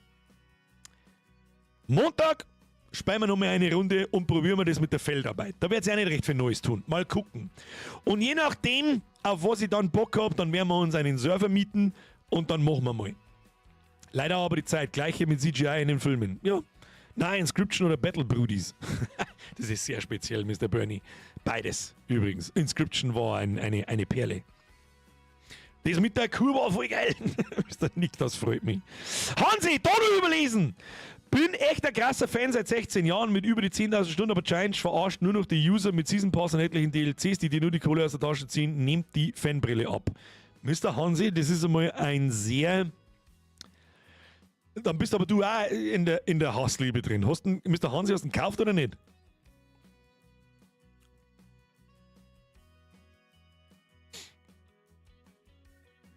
Aber das sind halt die Gründe, warum es Gaming ausstirbt. Ja, Gaming stirbt nicht aus, Herr Müllschuster. Nein. Der Gaming-Markt ist der größte der Welt. Im Entertainment-Bereich. Mittlerweile um ein Vielfaches wahrscheinlich größer als Hollywood. Der wird nicht aussterben. Sondern diese Entwickler, die kennen das ein paar Mal schon so machen. Kleid handdumm, sage ich freiwillig, wie es ist, aber nicht komplett behindert. Nach dem zweiten, dritten Mal merken sie es schon. Und dann springen die Leute ab und dann gehen sie in die Firmen pleite. Denen geht's alle nicht gut. Klar ist auch der Zauber von früher weg, aber es ändert sich ja nichts. Die Mechaniken und so ist leider ja alles gleich. Und das verstehe ich halt nicht. Es ist ja alles wirklich 1:1 gleich. Es hat ja gar nichts da. Bis jetzt. Wir lassen uns gern vom Gegenteil überzeugen, wenn wir ein paar Sachen ausprobieren. Ja, die Filme kannst du auch fast keine mehr anschauen. Das ist absolut richtig. Aber wie viele gute Spiele gibt es noch? Jetzt mal ehrlich. Sind sie besoffen? Es gibt Indie-Games wie Sand am Meer, die super gut sind. Was ist mit Wukong? Das neue Call of Duty ist nicht schlecht. Da kannst du sagen, was du willst. Wenn die Warzone drauf anpassen auf das aktuelle Call of Duty, ist das nicht schlecht. Was ist mit Elden Ring? Was ist mit dem Elden Ring DLC? Warte mal, was haben wir da? Was haben wir? Inscription. Weil wir gerade davon geredet haben. Absolute Perle. So, jetzt pass auf, lass mich. Contraband Police, unglaublich gutes Spiel. Hellblade 2, unglaublich gutes Spiel. Ghosts of Tsushima, unglaublich gutes Spiel. Dragon's Dogma 2, unglaublich gutes Spiel. God of War Ragnarök, unglaublich gutes Spiel. Path of Exile 2, das jetzt dann kommt. Wahrscheinlich ein unglaublich gutes Spiel. Und ich muss ganz ehrlich sagen, es macht ja nicht Bethesda, das ist ja bloß der Publisher. Das Indiana Jones Spiel schaut gar nicht mal so schlecht aus. Wukong war das meistgespielte Spiel in diesem Jahr. Ich habe es immer noch nicht gespielt. Muss ich habe keine Zeit nicht gehabt. Sag ich, was ist, das war in der Sommerpause. Da sitze ich mich nicht her und spiele ewig ein Spiel und danach hat es mich nicht mehr interessiert irgendwie. Es ist nicht so, als hätten keine Spiele mehr rauskommen. Aber es kämen halt mittlerweile, einfach, weil der Markt so groß ist, weil die Spieleindustrie so riesengroß ist, werden die Entwicklerstudios auch immer größer. Und dann sitzen da Leute, das ist der Unterschied. Wir feiern heute übrigens das 30-jährige Jubiläum von Warcraft. Nehmen wir mal Blizzard. Ja, die einen Downfall hinter sich haben, das alte Blizzard von damals existiert nicht mehr. Ich bin damit groß geworden. I was there, Gandalf, 3000 years ago. Heute 30-jähriges Jubiläum von Warcraft und vom Warcraft-Universum. Da haben sie damals Super-Nerds zusammen da, die selber Gamer waren, wo es noch gar kein Gamer gegeben hat, die ein Spiel haben wollten und das dann so gemacht haben. Leute mit Leidenschaft. Ja? Und richtig viel Ahnung. Die haben die Spiele gemacht und sie waren brutal. Ja?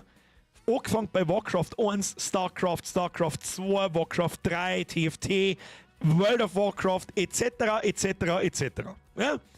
Und irgendwann, nach der Erfolgsgeschichte mit World of Warcraft vor allem, 2004 bis so 2010, haben die so viel Kohle gemacht, dass nach und nach die Chefs von Blizzard gegangen sind, Mitarbeiter von Blizzard gegangen sind, ersetzt wurden durch andere Leute und. Und irgendwann sitzen in diesen Entwicklerstudios nur noch Leute mit Anzügen und keine Ahnung. Die lesen irgendwo, ja, Open World ist wichtig, oh ja, Open World ist wichtig und Open World ist wichtig, und du hast eigentlich schon mal dieses Souls-like gehört und so, das muss rein und so weiter. Und irgendwann kommt dann so eine Rotze aus wie Skull and Bones, Star Wars Outlaws, was waren nur so Totalausfälle? Leute, die einfach irgendwas machen, wofür sie nicht brennen. Und dann gibt es aber auch andere Entwicklerstudios wie From Software. Ist auch nur eine Frage der Zeit, bis die aufs Maul fallen. Ich mag es eigentlich gar nicht erleben, ich mag es nicht kaputt schmeißen. Starfield, Alter. Wie sie Bethesda aufführt, seitdem Skyrim diesen Durchbruch vor fast 14 Jahren gehabt hat. Und nur noch Scheiße abliefert. Ja, da sitzen nicht mehr die paar 100 Leute, die an Skyrim und Oblivion gearbeitet haben, sondern da sitzen jetzt 1500, die von irgendwelchen anzugtragenden Idioten gesagt kriegen, was sie machen sollen. Und dann kriegen sie zum Beispiel so Sachen gesagt wie: Hey, weißt du, was geil war? Unsere Fallout-Singleplayer-Fans, die lieben Multiplayer. Ich glaube, das ist der nächste Schritt. Da müssen wir Multiplayer einbauen.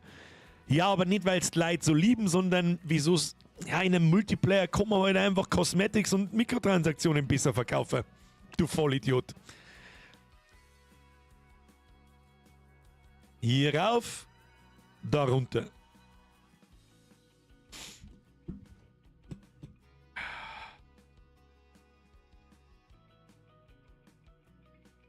Der Board Robot schreibt: Birger, was mich bei den von dir aufgezählten Spielen stört, ist das Verstecken im Gras.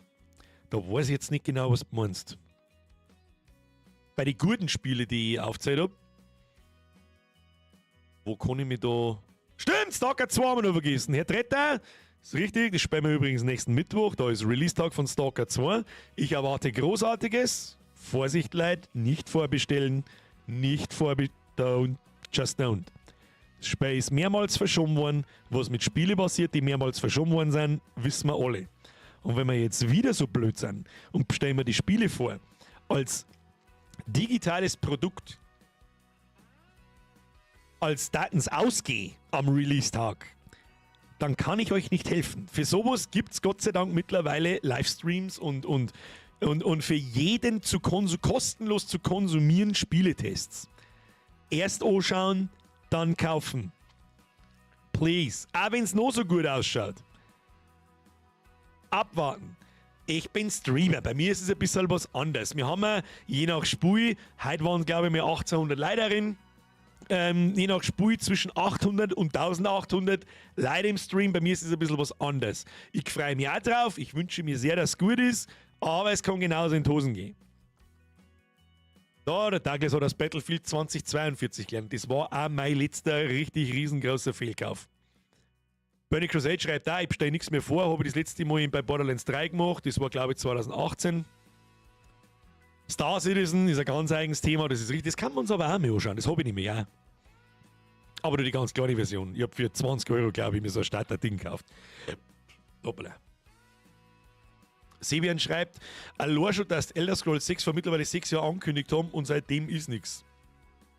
Die haben noch nicht mehr angefangen. Ja gut, jetzt nach Starfield könnte es sein, wann ist Starfield käme vor einem Jahr ungefähr, relativ genau, könnte es gut sein, dass mittlerweile der Großteil der Starfield-Entwickler jetzt wirklich an die Elder Scrolls 6 arbeitet, kann gut sein, aber setzt eure Erwartungen mal nicht zu hoch. Star Citizen kann richtig Spaß machen, das ist halt immer nur irgendwo, pimmelt irgendwo in einer Kack-Alpha umeinander, wo dann irgendwas nicht funktioniert und was ja okay ist noch. Aber langsam wird es halt lächerlich, das Ding ist seit 12 Jahren in Entwicklung, bald seit 13, haben bald $1 Milliarde beieinander oder so. Und es klang immer noch nicht und es geht immer noch nicht so. Natürlich geht es, aber du weißt schon, wie ich meine. Jetzt fällt dir dann wahrscheinlich in 2 Jahren wieder ein, ja, wechseln wir mal die Engine, weil sonst. Felix! Wann spielst du mal wieder Scum? Alter, wir kommst jetzt auf Scum. Felix! Wir kommst jetzt auf Scum. Weiß ich noch nicht. Ich liebe tatsächlich mit dem neuen DayZ DLC. Der hat sich mal nicht an. Aber kein Server mehr. Null. Und vorher, glaube ich, habe ich ja irgendwann mal zwischen den Zeilen gelesen, Landi-Server kommt, noch nicht am Montag. Wir spielen am Montag noch eine Solo-Runde und dann schauen wir mal, wie sie sich nach der zweiten Runde anfühlt, wenn wir nicht die 3/4 Stream lang ein scheiß Tutorial machen, das wir schon 8 Mal gemacht haben. Das hätten wir eigentlich gleich canceln sollen. Das ist, im Prinzip ist ja das Gleiche. Ist genau das Gleiche. Und dann machen wir einen Server. Da hat vorher jemand gefragt, wie ist denn da mit der Server-Maintenance? Also, wir müssen uns da drum kümmern. Der Server, der läuft nur, also der ist nur betretbar, währenddessen ich streame. Ansonsten wird der Passwort geschützt und fertig.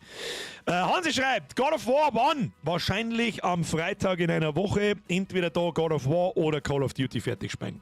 Vielleicht auch beides. Mal gucken.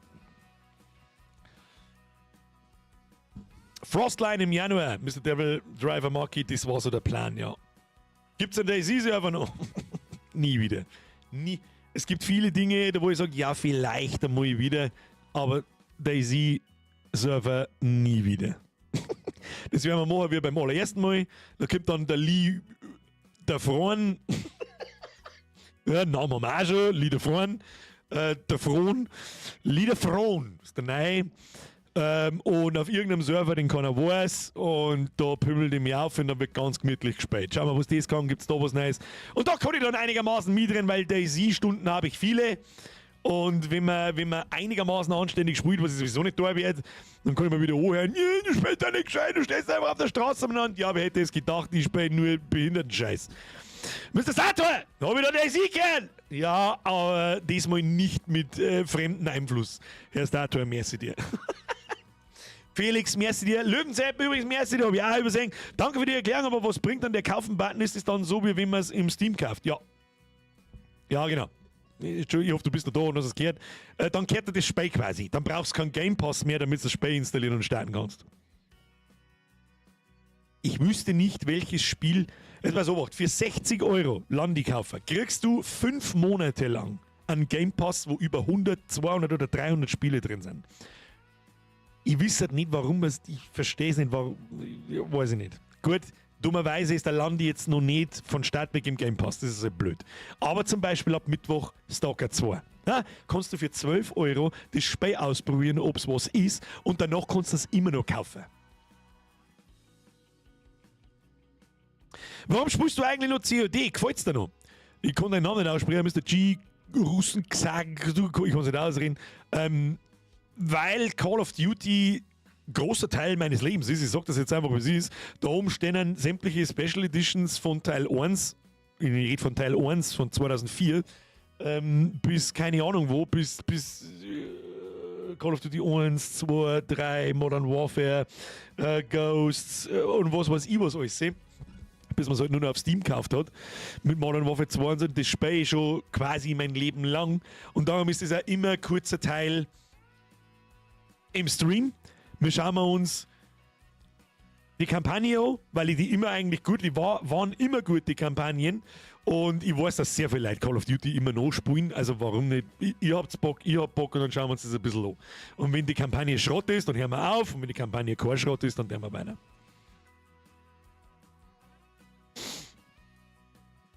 Der Pötzi schreibt, Birger, lies bitte mein Dono. Gott im Himmel, wo bist denn du da irgendwo?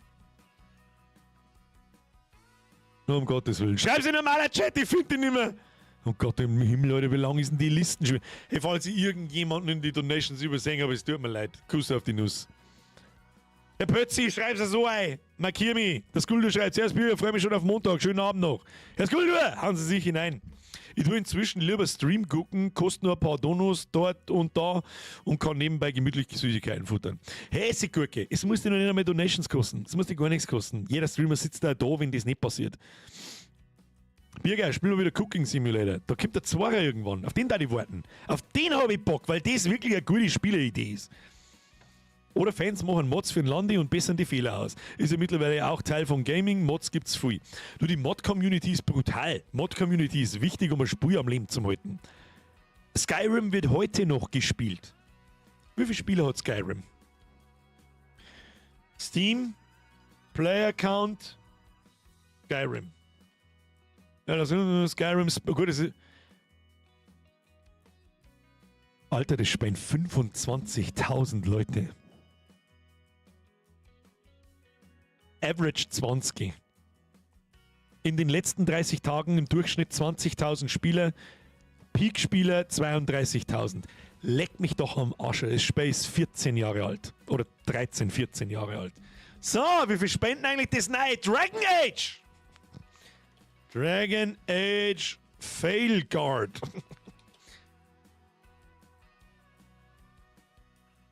Hier steht gar nichts. Warum wohl nicht? Warum denn nicht? Was? Player Count Dragon Age Veilguard. Dragon Age Veilguard Steam Chart SteamDB. Und natürlich, das ist gerade erst rausgekommen, muss man auch dazu sagen. Schauen wir mal. Players right now 32.000. Merkst du was? Das Spiel ist nicht mal einen Monat alt. Dragon Age ist eine richtig große Marke. Dragon Age Origins, Dragon Age 2. Gut, Inquisition war nicht mehr so gut. Habe ich nicht ganz gespielt, aber ich kenne die Stimmen. Aber die ersten zwei. 32.000 Leute spielen gerade ein nagelneues Spiel mit einer großen IP. Und wie viel waren wir bei Skyrim? 25.000. Ich gebe Veilguard, gebe ich noch genau 4 Wochen und interessiert es keine Sau mehr. Herr Pötzi, Birger, WoW ist wieder saugeil und Midnight kommt nächstes Jahr. Was? Wann haben sie das gesagt? Wann haben die gesagt, dass Midnight kommt? Was? Schau dir einfach Starfield an. Da können wir auch noch mal schnell schauen. Warte mal. Starfield, aber das gibt's das? Ja, gibt's ja mittlerweile auch auf Steam.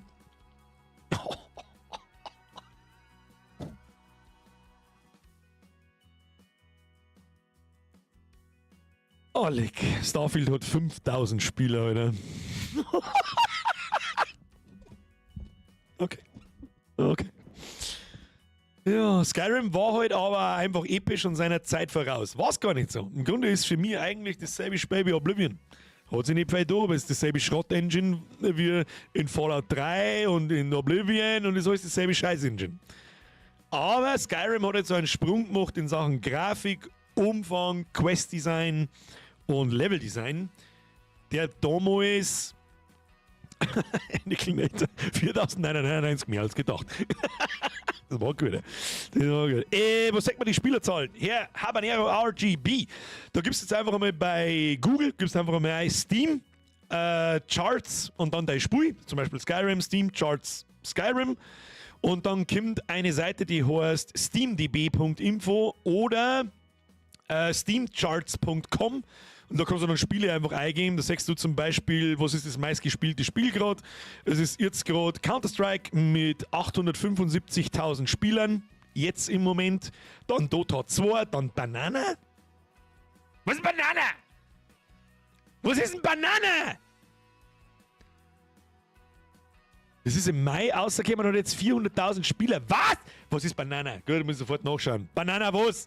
Spielen wir am Montag, spielen wir Banana. Banana. Banana kostenlos. Was ist das? Banana is a clicker game in which you click a banana.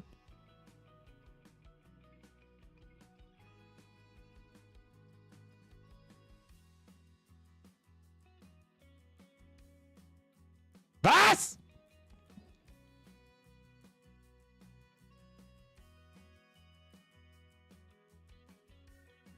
In banana you click the banana to gain even more banana.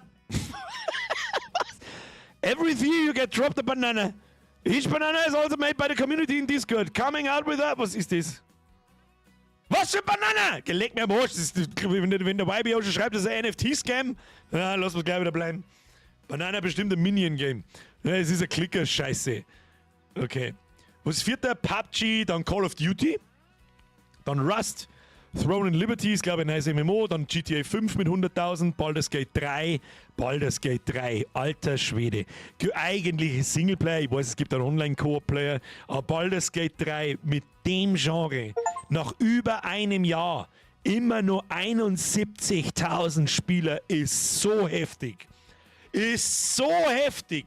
Für ein oldschooliges RPG ist absolute Peak-Scheiße.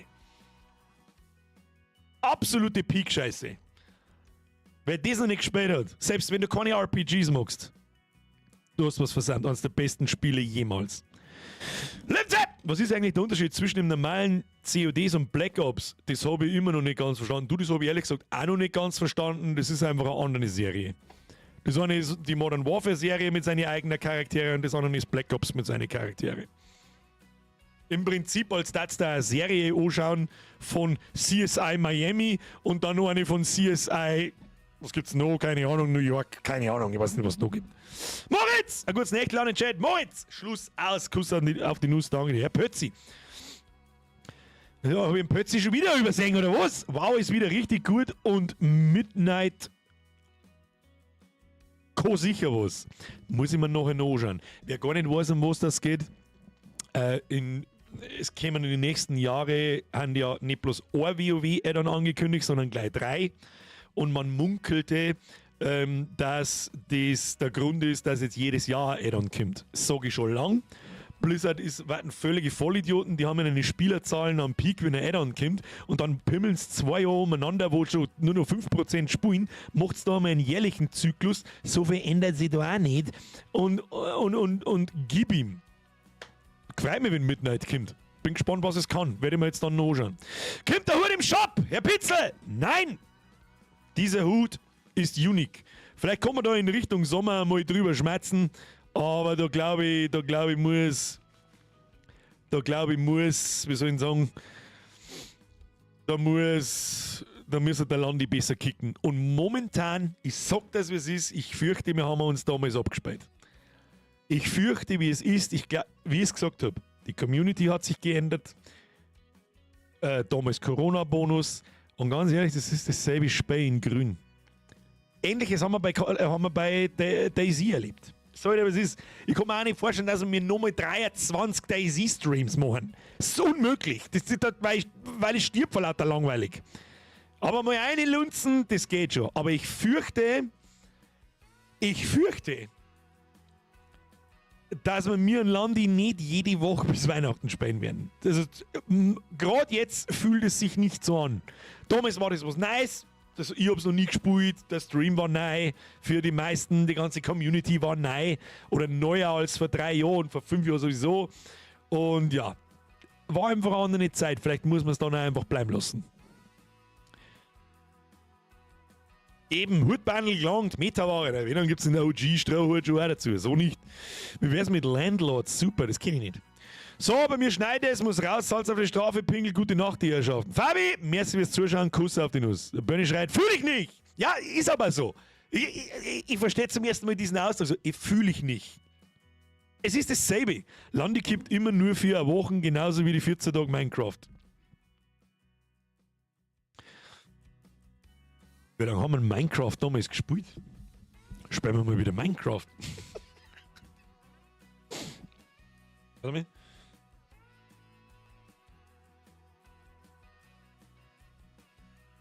Wir haben Minecraft genau 3 Mal gespielt. Und das war genau da, wo Corona angefangen hat, im März 2020. Bruder, das ist fast 5 Jahre her. Es ist fast 5 Jahre her. Spinnst du ein wenig, oder was? Nein. Da kommen nur andere gute Spiele raus. Wir kriegen PoE hergeschissen. Gut, das ist jetzt nicht so was für einen Stream, das ist eher was für einen Wochenendstream und gemütlich. Und ist auch nicht für einen jeden da herin was. PoE 2 ist halt ziemlich heftig. Ist einfach Gameplay, pures Gameplay. Aber ich komme, wenn es cool gemacht ist, bin ich aufs Indiana Jones Spiel gespannt. Ist auch im Game Pass drin, das wird nicht viel kosten und das ist sicher im Game Pass drin. Und Stalker 2. Und 1, 2, 3 Mal Landi geht mindestens noch, aber ob bis zum Ende des Jahres, weiß ich noch nicht. Eventuell Das Einzige, was aus dem Landi noch rauszuholen wäre, ist das Turnier. Ja? Dass der Community, der Server ausreißt und dann das Turnier. Aber da werde ich mir die nächsten Wochen erstmal anschauen, ob sie da etwas aus der Mod-Community tut, dass diese Arena im Naya-Landi drin ist. Und dann schauen wir mal. Eventuell richten wir ein Turnier aus im Landi. Lemze, was ist mit Diablo Addon? Habe ich noch nicht mal angeschaut. Es ist erbärmlich, wie krass wenig mich Diablo 4 gerade interessiert. Ich hab das Gefühl, ich hab Diablo 4 aus und fertig gespielt. Nach 250 Stunden. Habe ich irgendwie das Gefühl, frag mich nicht warum. Aber ja, ich sag das, wie es ist. Ich glaube, Diablo 4 ist so in der Weihnachtszeit. Ich meine, das ist jetzt auch nicht mehr lang hier, das ist in 4-5 Wochen. Werde ich mir irgendein Spiel aussuchen, das ich über die Weihnachtszeit reinsuchte und da stehen unter anderem Diablo 4 oder das neue Factorio auf dem Plan.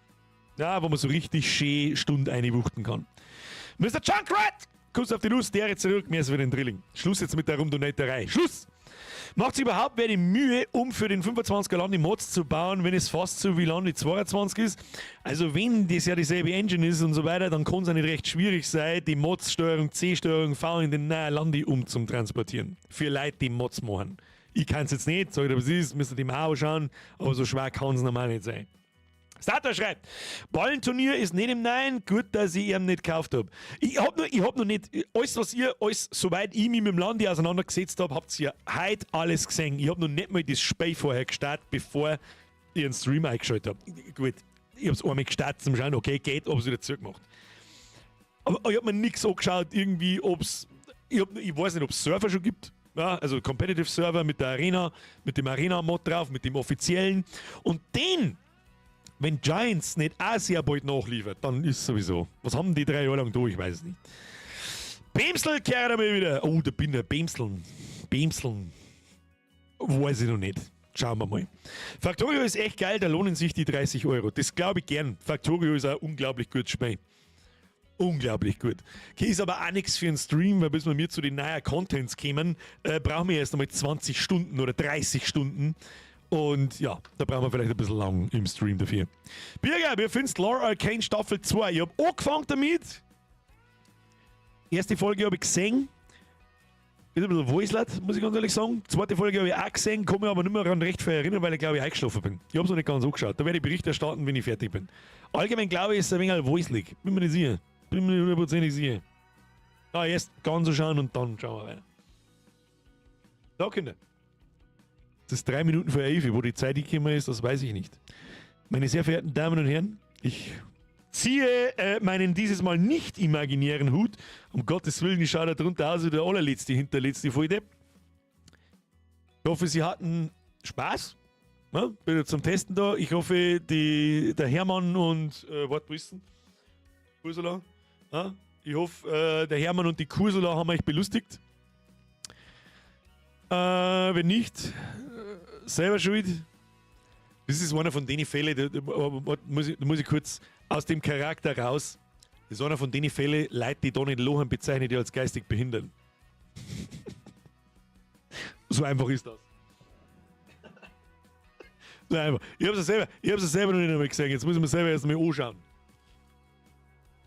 Und ihr könnt euch einmal, ihr wenn's wissen, wie ich das gemacht habe und wie lange dass ich da umeinander gewurschtelt habe, dass das hier, ich hoffe, dass alles passt. Wie lange dass ich da umeinander gewurschtelt habe, dass das funktioniert. Ja, weiß ich nicht, vielleicht hat er das Ikea-Regal mitten im Zimmer am Boden festgeschraubt. Ja, kann passiert sein. Weiß nicht, Digi. Das regelt dann der Zukunftsbürger, was man mit den Löchern im Boden tun. Schauen wir dann nochmal. Weiß die Bürgerin, was du da gemacht hast? Ja, ich schon. Die hat mich ja beim Üben gehört. Ja, muss man zumindest ein paar Mal üben. So, Kurs, ein letztes für die Ursula. Ich hoffe, es hat sie belustigt. Liefer Like, wenn es sie belustigt hat, und wir sehen uns am Montag. Ich wünsche euch vorab ein schönes Wochenende. Seid vorsichtig auf der Straße, Schneimer angefangen. Das ist alles, was ich dazu sage. Und dann werde ich sagen, schöne Grüße von mir, von der Ursula, vom Hermann. Und dann sehen wir uns am Montag. Eine weitere. Und ich freue mich trotzdem auf Montag. Freilich freue ich mich auf Montag. Ist klar. Ein bisschen ins Feld reinwuchten und schauen, was sie da so tut. Und dann sehen wir schon, was wir tun. Aber noch mehr freue ich mich auf Stalker 2. Sag ich dir, das kommt am Mittwoch raus. Streamen wir auch sofort am Mittwoch. Und am Freitag in einer Woche werden wir auch nochmal einen entweder Call of Duty oder God of War Stream reindüdeln. Damit wir mit Call of Duty fertig werden oder dann mit God of War mal weiterkommen, weil da ist dann auch nicht mehr recht viel Platz dafür bis Weihnachten. Da bin ich dann 2 Wochen fit, das wisst ihr aber. Vielen Dank fürs Zugucken! Kuss auf die Nuss, danke für die ganzen Donations. Ich glaube, dass das, wenn ich da schon wieder die Listen anschaue, dann ist das halt wieder gnadenlos aus dem Ruder gelaufen. Ich hoffe, Sie hatten Spaß. Kuss auf die Nuss. Danke an die ganzen neuen Mitgliedschaften. Da waren halt auch einige dabei. Danke für die ganzen Resubs und alten Mitgliedschaften. Press Triple F für die Moderatoren. Press Octave für die Kursula. Und Quadruple Octave für die Bredeltraut. Und nächste Anfügung wäre bei Bredeltraut. Nicht mindestens schmunzeln muss es ebenfalls geistig behindert. Und jetzt schaut's das Land gewinnt. Freunde der Sonne, es war mir ein Fest. Wir sehen uns am Montag. Haben Sie eine schöne Zeit. Vorab ein schönes Wochenende. Hauen Sie rein. HB!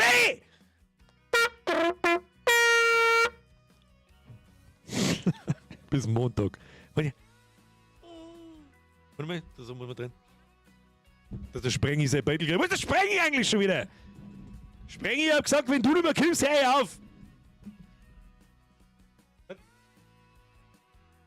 Fotozeit! Tschüss!